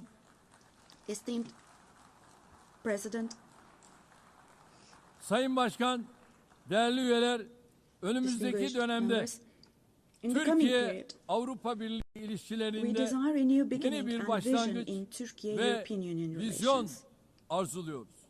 Bu vizyon günü kurtaran değil, ufku yeniden tayin eden, ortak geleceğimizi şekillendiren bir vizyon olmalıdır. Bunun için elbette Avrupa Birliği'nin de bizim kadar istekli ve kararlı olması mühimdir. Net güvenlik sağlayıcısı bir ülke olarak Birleşmiş Milletler, NATO, AGİ ve Avrupa Birliği'nin harekat ve misyonlarına katkılarımızı sürdürüyoruz. 2026 yılındaki NATO zirvesini Ankara'da toplayacağız. NATO müttefikimiz Amerika Birleşik Devletleri ile ilişkilerimizi ticaret, yatırım, enerji ve savunma sanayi başta olmak üzere birçok alanda güçlendiriyoruz. Ata yurdumuz Orta Asya'daki kardeş ülkelerimizin barış, istikrar ve refahı bizim için vazgeçilmezdir. Türk Devletleri Teşkilatımız bölgesel bir çatı olmanın ötesine geçerek küresel bir aktör olma yolunda ilerliyor. Köklü beşeri bağlarımızın olduğu Balkanlarda barışın ve istikrarın sürmesi için yoğun gayret içindeyiz. Temmuz ayında ihdas ettiğimiz Balkan Barış Platformu bu yöndeki çabalarımızın en yeni örneğidir. KFOR komutanlığı görevini de bu yıl Ekim ayında bir kez daha üstleneceğiz. Afganistan'daki yönetimin toplumu kuşatıcı, dikkate alan bir anlayış sergilemesi temel arzumuzdur. Yeniden toparlanma sürecinde uluslararası toplumun Afgan halkını yalnız bırakmaması, Türkiye ve Türk milleti olarak Afgan kardeşlerimizin her daim yanında olmaya devam edeceğiz. Değerli dostlar, Güney Asya'da barış ve istikrarın muhafazasını son derece önemli görüyoruz. Nisan ayında Pakistan ve Hindistan arasındaki çatışmaya varan bu gerilimde varılan ateşkesten memnuniyet duyuyoruz. İki ülke arasında terörle mücadelede işbirliğini önemsiyoruz. Keşmir meselesinin Birleşmiş Milletler Güvenlik Konseyi kararları temelinde Keşmirli kardeşlerimizin beklentileri ekseninde diyalogla çözülmesini destekliyoruz. Afrika kıtasıyla eğitimden sağlığa, altyapıdan ticarete kadar geniş bir yelpazede ilişkilerimiz yıldan yıla güçleniyor. Somali'nin terörle mücadelesine gereken her türlü desteği verirken insani yardım faaliyetlerimizi de sürdürüyor. Sudan'da 2 yılı aşkın süredir devam eden çatışma ortamı bizleri ziyadesiyle üzmektedir. Sudan'da akan kanın durması ve sürdürülebilir barışın tesis edilmesi uluslararası toplumun ortak sorumluluğu. Bizim bu yöndeki çabalarımız devam edecek. Büyük Göller Bölgesi yıllardır süren istikrarsızlık ve çatışmalardan ziyadesiyle müzdarip olmuştur. Kongo Demokratik Cumhuriyeti'nin doğusunda yaşanan çatışmalar bir an önce çözülmelidir. Amerika'nın arabuluculuğu ve Katar'ın kolaylaştırıcılığında yürütülen gayretleri samimiyetle destekliyoruz. Batı Afrika'da bilhassa sahil havzasında artan terör faaliyetlerini de endişeyle takip ediyoruz. Tarihi bağlarımızın bulunduğu bu bölge halklarının huzura ve istikrara kavuşmaları için çabalarımız devam edecek. İlhamını çift başlı Selçuklu Kartalı'ndan alan bizim de 360 derecelik yaklaşımla yürüttüğümüz Türk dış politikasında Asya ülkeleriyle ilişkilerimiz büyük stratejik öneme sahiptir. Yeniden Asya girişimimiz çerçevesinde ASEAN başta olmak üzere bölgesel kuruluşlarla angajmanımız giderek derinleşiyor. Latin Amerika ve Karayipler bölgesiyle münasebetlerimizi ortaklık ruhuyla ve kazan yaklaşımıyla geliştirmeye büyük önem atfediyoruz. Bölgedeki tüm ülkelerle kurmuş olduğumuz dostane bağları daha ileriye taşıma irademiz bakidir. Kıymetli delegeler, uluslararası ticarette artan korumacılık eğilimleri ve tedarik zincirlerinde yaşanan kırılmalar dünya ekonomisinde esaslı değişimlere yol açıyor. Mevcut sınamalarla başarılı mücadele için Dünya Ticaret Örgütü'nün yer aldığı kurallara dayalı uluslararası ticaretin reforme edilmesini destekliyoruz. Ucuz, güvenli ve sürdürülebilir enerjiye erişimi özellikle gelişmekte olan ülkelerin kalkınma hedeflerinin gerçekleştirilmesi için vazgeçilmez buluyorum. Çin'den Avrupa'ya uzanan ve stratejik önemi haiz pazar geçişli Doğu-Batı Ortak Koridoru projesini ilerletiyoruz. Modern ulaştırma altyapımız ve Bakü-Tiflis-Kars hattıyla dünya ticaretinin gelişimine katkı sunuyor. Tabiata saygılı bir gelecek inşa etme hedefiyle çıktığımız yolda 2053 net sıfır emisyon hedefine doğru kararlılıkla ilerliyoruz. Eşim Emine Erdoğan'ın himayesinde yürüyen sıfır atık hareketinin tüm dünyada her yıl dalga dalga büyüyen, daha fazla insana ve kalbe ulaşan bir farkındalık halkasına dönüştüğünü görmek bizim için ayrı bir bahtiyarlıktır. Bu süreçte gelişmiş ülkelerin sorumluluklarını yerine getirmesi artık bir tercihten öte yükümlülük haline gelmiştir. Dünyada en fazla kalkınma yardımı yapan ülkelerden biri olarak Birleşmiş Milletler'in sürdürülebilir kalkınma hedeflerine ulaşılması için çaba harcıyoruz. 2030 hedeflerine erişmek ve dünyanın dört bir yanındaki yüz milyonlarca insanı onurlu yaşama kavuşturmak için küresel finansman mimarisinin kimseyi geride bırakmama anlayışıyla uyumlu hale getirilmesini savunuyor. Burada şunu da özellikle dikkatinizi çekerek söylemek istiyorum. Biz jeopolitik sınamalarla uğraşırken İnsanlık yapay zeka alanında olağanüstü bir sıçramaya şahitlik ediyor. Çığır açan bu teknolojilerin dönüştürücü gücü ve sunduğu nimetlerden hiçbir toplumun mahrum bırakılmaması gerekiyor. Yapay zeka teknolojileri yeni bir tahakküm aracı olarak değil, insanlığın lehine kullanılmalıdır. Ev sahipliğini yaptığımız en az gelişmiş ülkeler için Birleşmiş Milletler Teknoloji Bankası dijital ve teknolojik açığın kapatılmasında kritik rol oynuyor.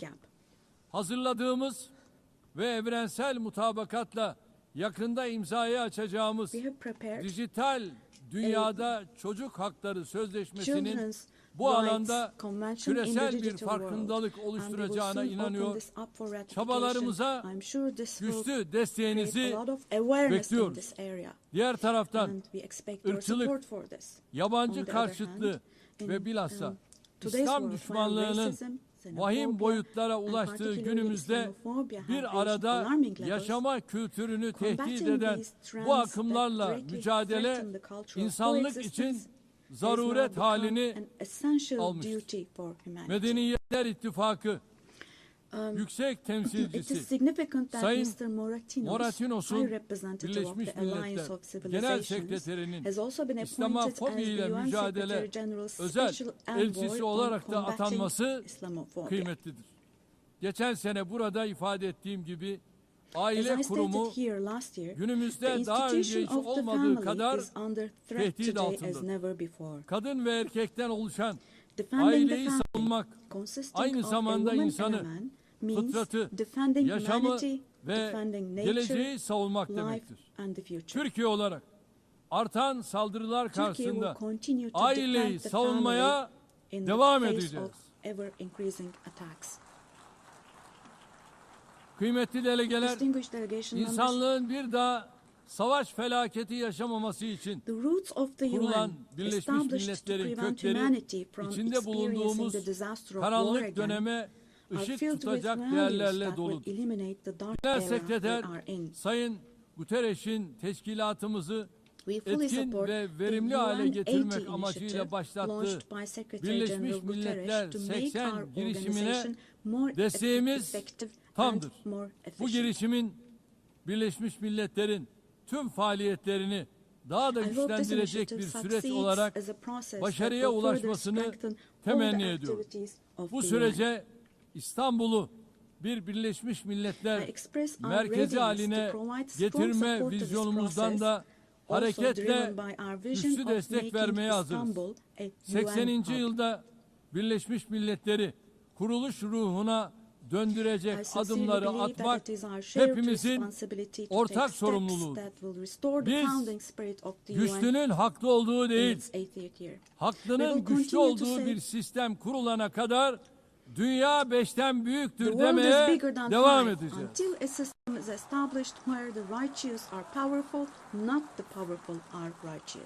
Görevimiz sistemi terk etmek değil, onarmak, yeniden işler hale getirmektir. Hiç şüphesiz daha adil bir dünya mümkündür. Türkiye daha adil bir dünyanın inşası için mücadelesini sabırla devam ettirecektir. Rabbim yar ve yardımcımız olsun diyorum. Hepinizi bir kez daha sevgi ve saygıyla selamlıyorum. Kalın sağlıcakla.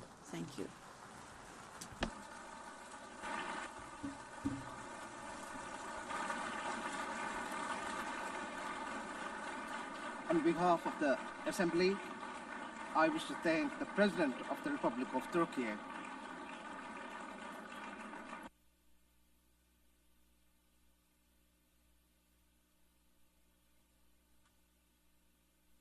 The Assembly will hear an address by Her Excellency Dina Ercilia Boluarte Segara, President of the Republic of Peru.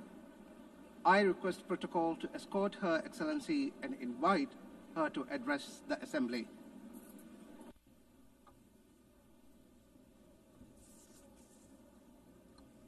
Señora Presidenta de la Asamblea Madam General, President of the General Assembly, Annalena Baerbock. Señor Secretario General Secretary de las General Naciones of the Unidas, United Nations, Antonio Guterres.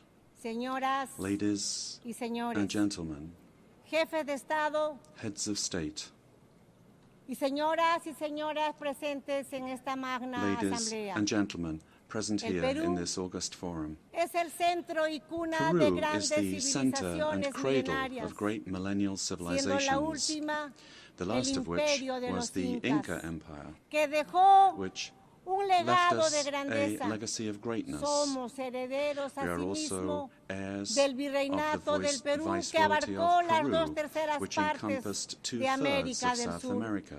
Somos un país mestizo, We are a mestizo mezcla nation, fundamental a entre fundamental hispanos mix y between andinos, Hispanic and Andean orgulloso peoples, de ser heredero proud to de be los the más heirs grandes of the two imperios de greatest Europa y empires América of Europe del and siglo America XVI. of the 16th century. El pueblo peruano The es Peruvian hoy people today resiliente, are resilient, emprendedor, solidario, entrepreneurial, amante supportive, de la paz, and lovers of la peace, libertad y la freedom, democracia. and democracy. Nuestros grandes Our great writers, escritores, Mario Vargas Mario Llosa Vargas Llosa y José and María José María Arguedas, Arguedas, compartieron la idea shared the idea de que el Perú that es Peru país is a de country todas of las sangres. all bloods. Nuestra identidad expresa Our creativamente identity que somos creatively la unidad expresses that we are de los the diversos, unity of the diverse, unidos bajo la misma united roja y under the blanca same bandera red and peruana. white Peruvian flag.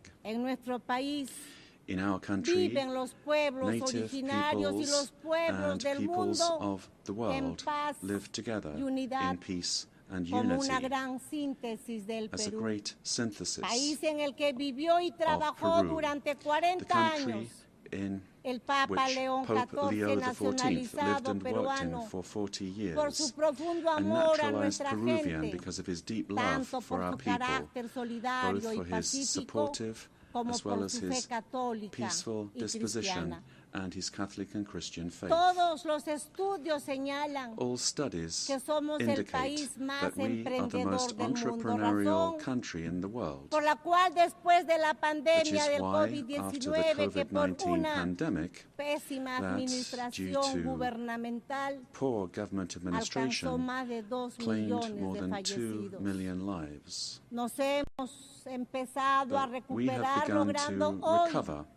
más de 17 meses And de today, crecimiento we look back on more consecutivo than 17 de months nuestra of economía. consecutive Hemos economic growth. derrotado la We recesión have y la overcome the inflación recession and originada por la inflation violencia caused by política political violence y por la and by corrupción. corruption, Un golpe de a Estado failed fallido coup d'etat, y la fuga de más de and the 20 flight mil of more millones than de $20 dólares billion entre los años that was 2021 between y 2021 and 2023. 2023. Hemos recuperado la We confianza have de la inversión nacional, regained pero the trust of también national but also del extranjero, of foreign y investment, abrazado and a la we libertad. have embraced freedom. Somos un país solvente We y are a estable solvent and a stable por el country golpe de Estado de diciembre del because of the coup 2022 attempt que of December pretendía 2022, instaurar una which sought to dictadura establish a sometiendo dictatorship a todos los by poderes del forcing all Estado. branches of the state Tuve que asumir into submission. I had constitucionalmente to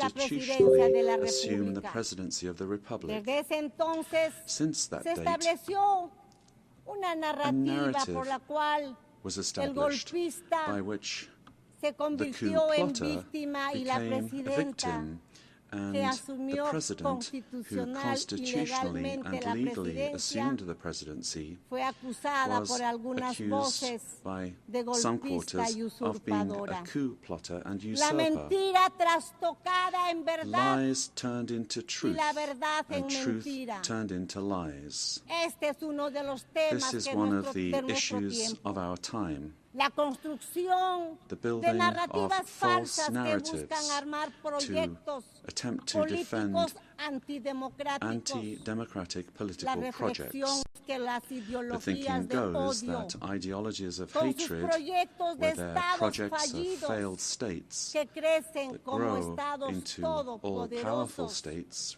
requieren para require, imponerse una in order narrativa to impose falsa their will, para a lograr false su narrative objetivo por medio in order to de la achieve their violencia que objectives en el through poder violence, and who, aplasta las once in libertades, power, crush aplasta freedoms, los medios de comunicación, silence a la the press oposición and democrática, democratic opposition, viola los derechos humanos violate y da human inicio rights, al and control, begin to control, confiscación to y confiscate, expropiación and de to las empresas expropriate privadas, private companies, creando una burocracia creating corrupta a corrupt que bureaucracy destruye la that economía, destroys the economy, la sociedad y la society, moral pública. and public morality. El primer paso The para first todo step ello for achieving es all la of this construcción is to build de un a relato en el narrative que se in order miente, to se lie, engaña to y deceive, se and manipula. to manipulate. La ideología del odio de The clases ideology es of muy class hatred hábil is very en skillful trastocar la at realidad y distorting construir reality falsos and relatos, building false pues narratives, utiliza el método because it uses totalitario the de repetir totalitarian ad method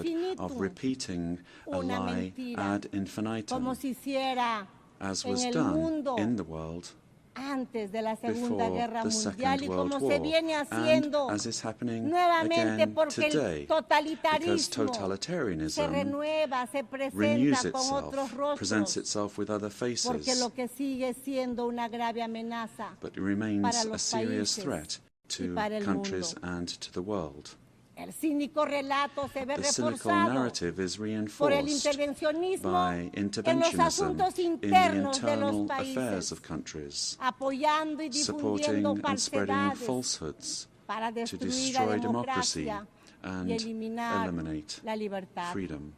En el Perú In Peru, hemos superado we have overcome una fuerte, organizada y strong, desde violencia organized and política que persistent political pretendía violence la that vuelta al sought the gobierno del return of the golpista coup plotters y desde el government, año and since 2024 se ha 2024, logrado avanzar en el progress has been made restablecimiento de in la restoring estabilidad stability y and la confidence. confianza, razón por la cual And this la is why economía the peruana Peruvian logró economy crecer managed to grow this year by 3.3%, and in the current year, 2025, is exceeding 3.5% growth, with forecasts that in 2026 the trend of economic growth will continue.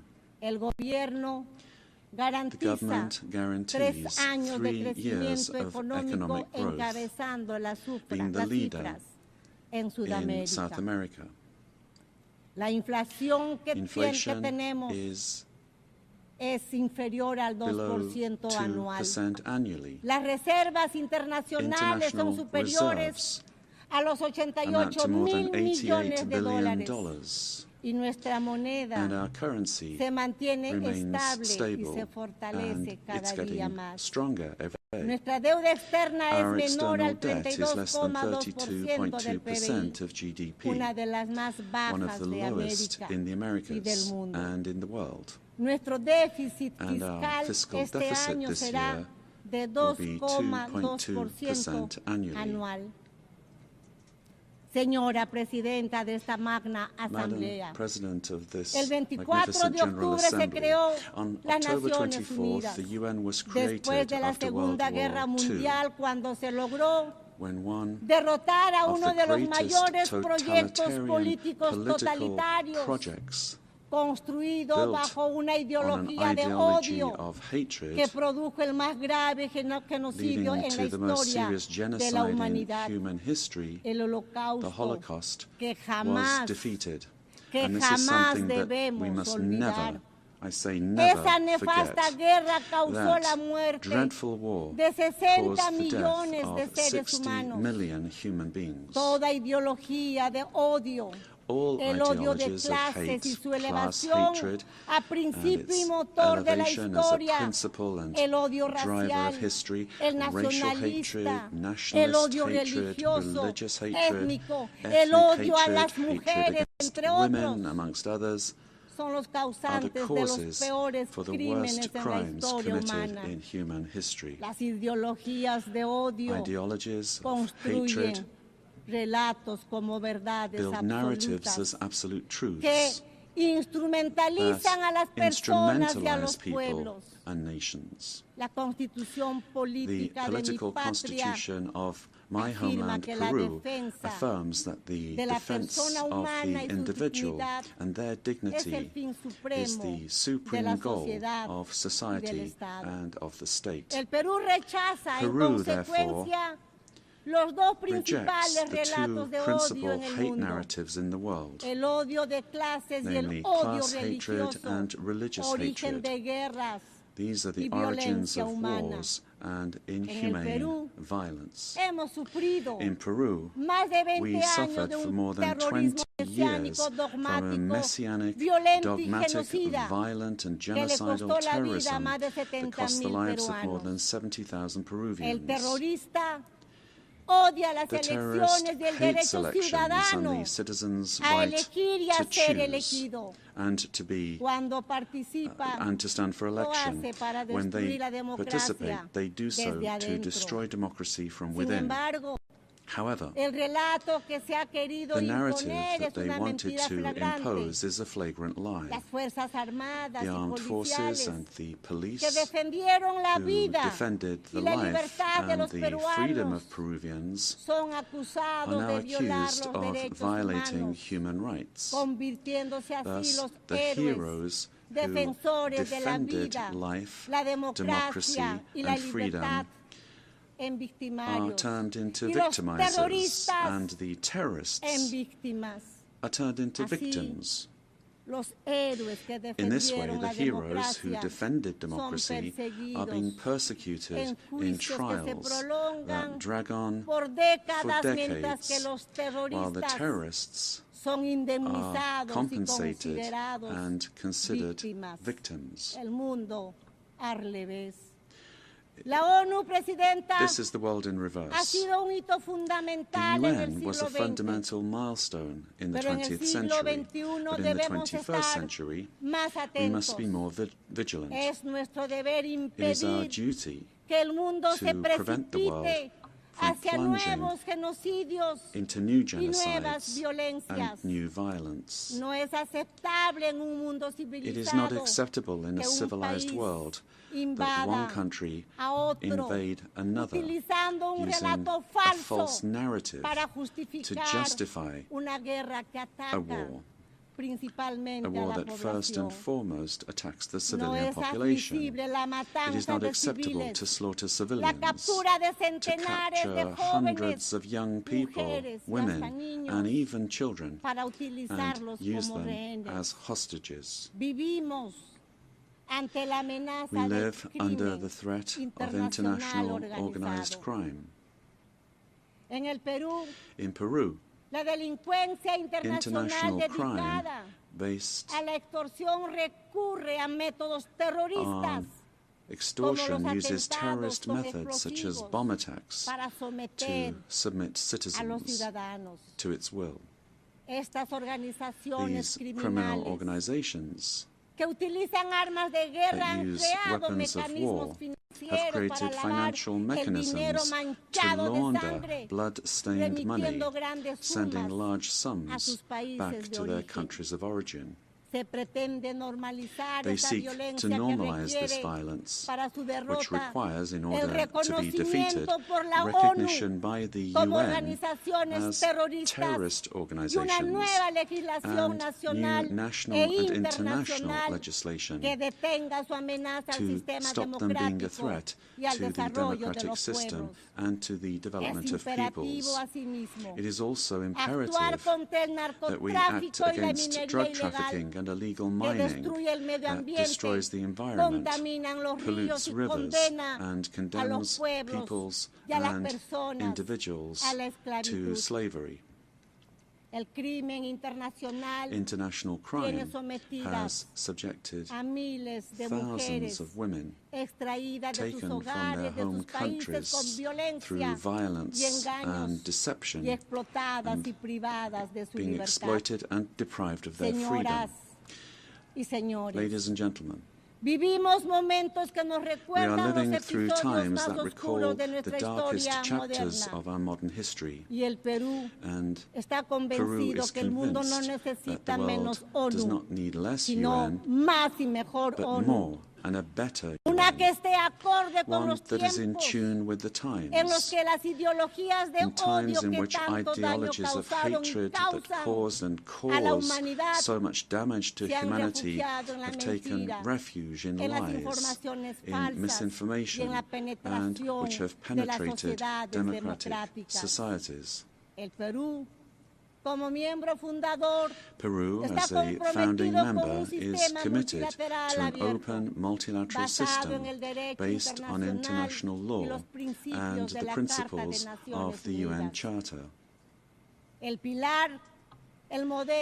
we see in the UN the pillar of the model that has brought peace and prosperity. But we have to look at what's happening around us in the world. At this time, as we're meeting here, in other parts of the world, they are killing children, girls, boys, innocent people.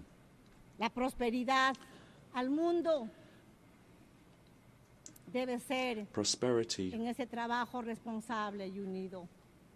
will only come if we are united and work together.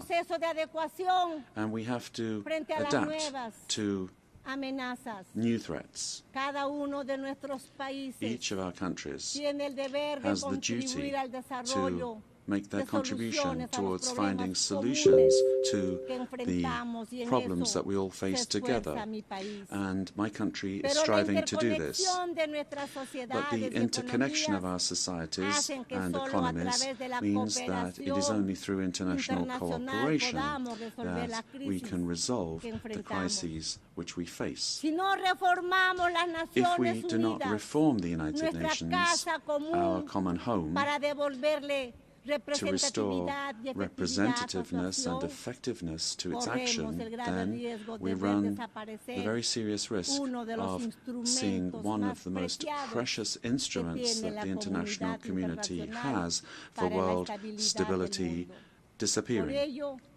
For this reason, Peru supports the work of the UN 80 initiative, launched by the Secretary General, placing particular emphasis on the need to refocus the organization on its fundamental functions, bringing it closer to the needs of peoples, and at the same time making it more efficient. UN 80 must be an opportunity to strengthen multilateralism and ensure that the organization is better prepared to achieve its essential goals.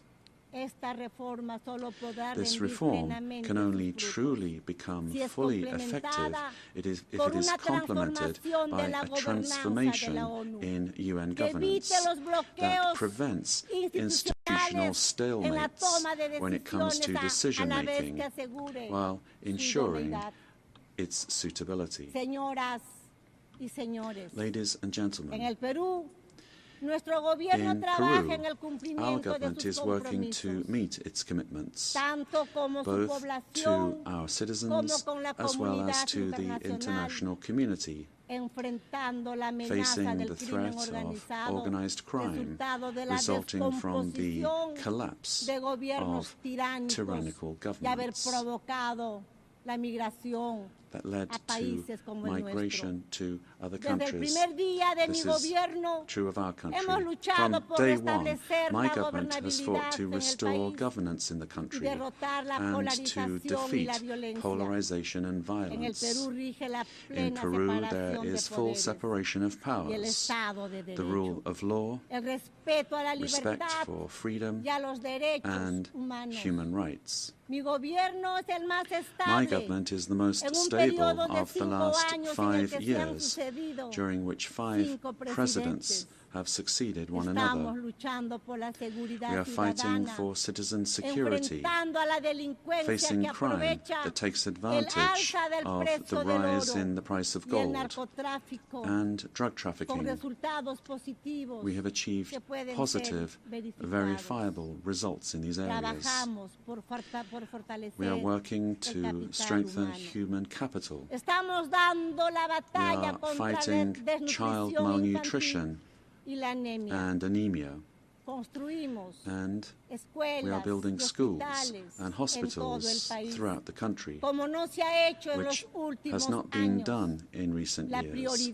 The priority is children, women, and the Peruvian family.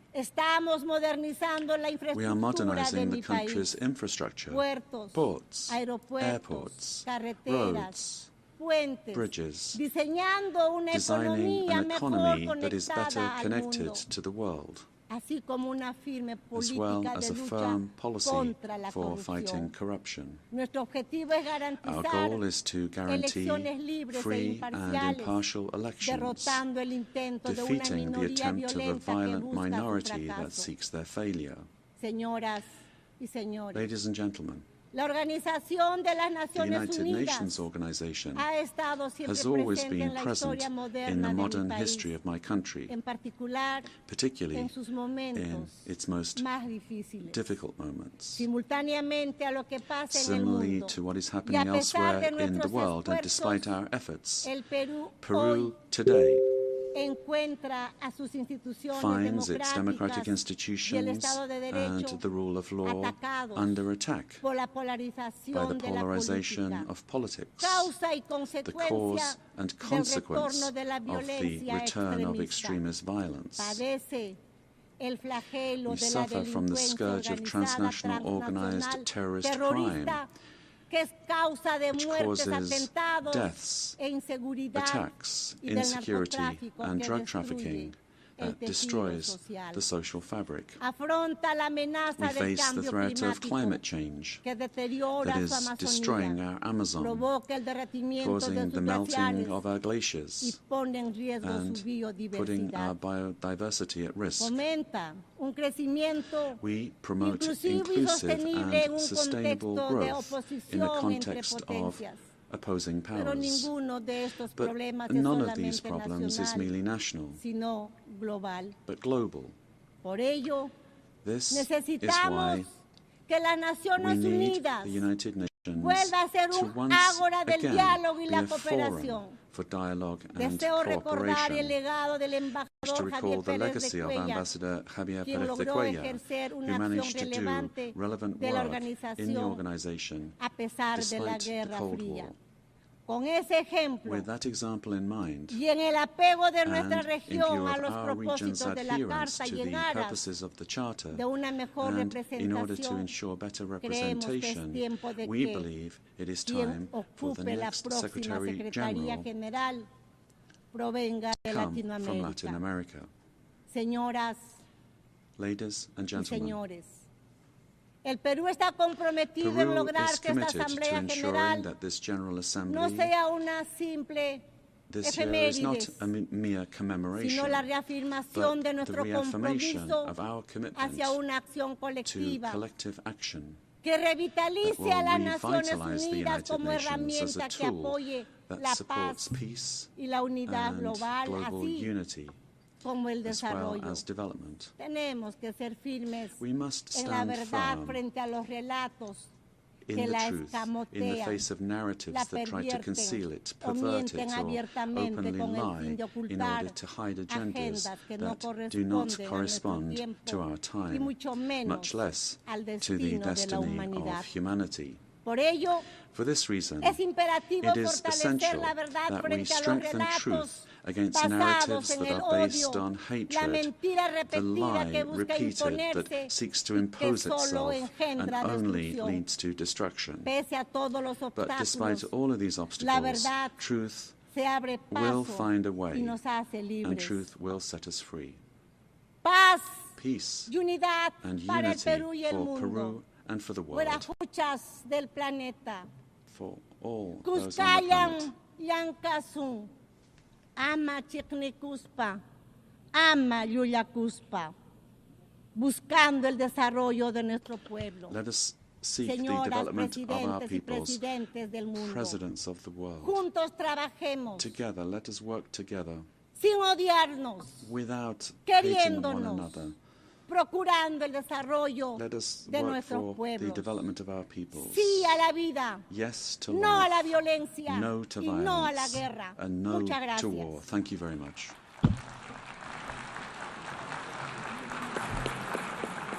On behalf of the General Assembly, I wish to thank the President of the Republic of Peru.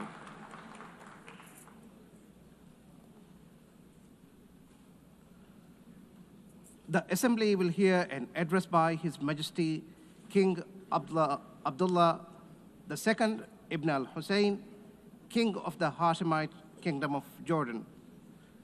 I request protocol to escort His Majesty and invite him to address the Assembly.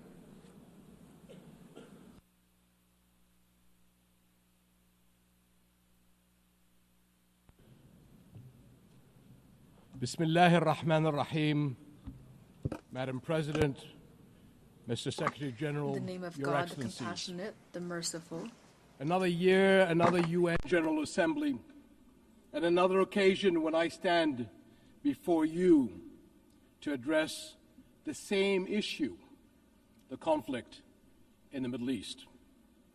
And not for the first time, developments on the ground have made me question the worth and utility of words in capturing the magnitude of the crisis.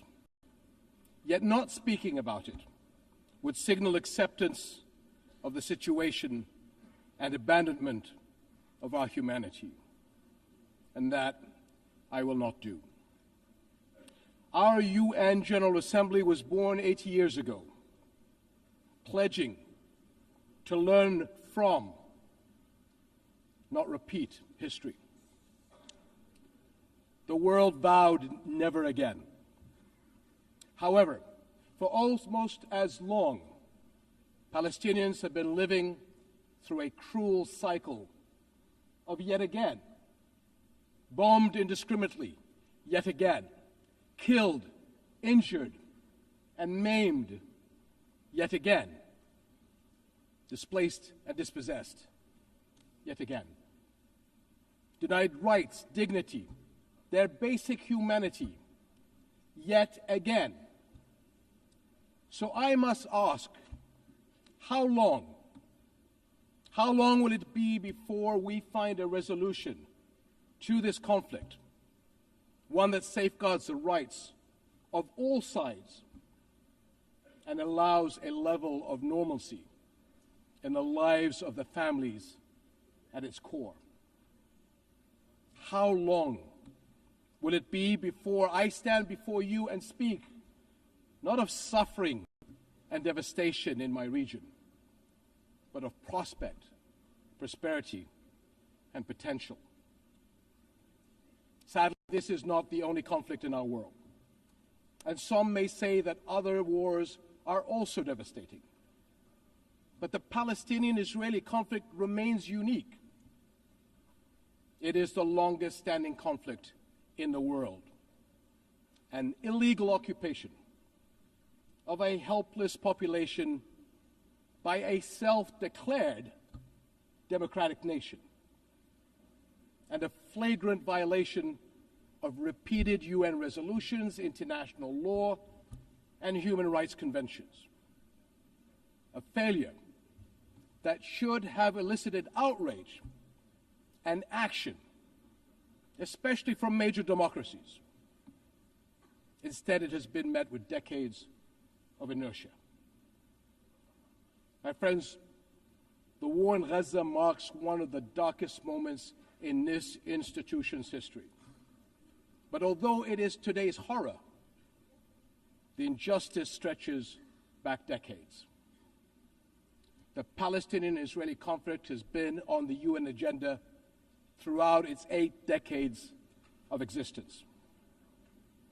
How long will we be satisfied with condemnation after condemnation without concrete action? When it comes to the Palestinian-Israeli conflict, it seems that what unfolds in the halls of power is theory. The struggles and suffering on the ground is reality. For decades, we have seen several attempts to achieve a solution by interim agreements and temporary stopgaps, none that delivered on the endgame. In fact, many would argue these processes served as a distraction, as Israel grabbed more land, expanded illegal settlements, demolished homes, and displaced entire neighborhoods. Muslim and Christian holy sites in Jerusalem have been vandalized and desecrated by those under government protection. And throughout all these years, Israeli families, too, have not been able to live in true security because military action cannot bring the safety they need. Nowhere is that more evident than in Gaza. More than 60,000 Palestinians killed, 50,000 children injured or killed, miles of burnt-out rubble, neighborhoods, hospitals, schools, farms, even mosques and churches in ruins, widespread starvation. And what we are seeing is only a glimpse, because never in our modern history has the lenses of international media been obstructed like this from capturing the reality on the ground. Almost 2 years in, and the cruelty of this military campaign continues unabated. Furthermore, the current Israeli government's provocative calls for a so-called Greater Israel can only be realized through the blatant violation of the sovereignty and territorial integrity of its neighbors. And there is nothing great about that.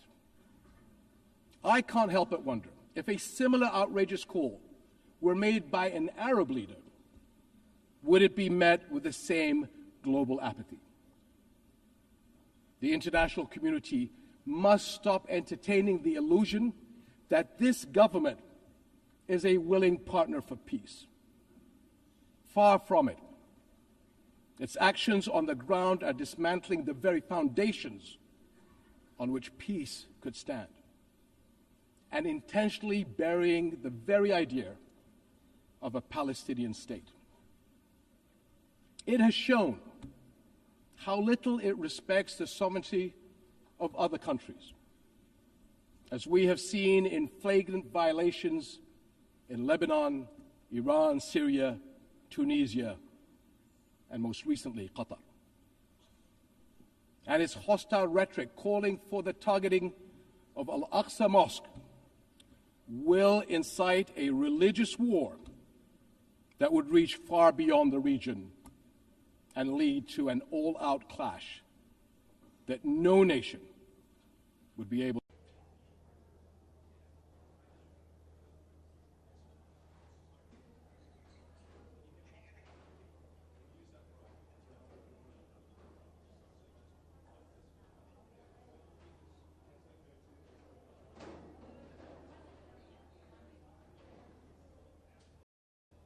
Les ODD 12 et 13 paraissent encore atteignables d'ici 2030, mais des progrès tangibles sont enregistrés. La gratuité de l'enseignement a permis à plus de 5 millions d'enfants. C'est notre force. Et les serve to justify audit, the nation with the land capita, land of freedom.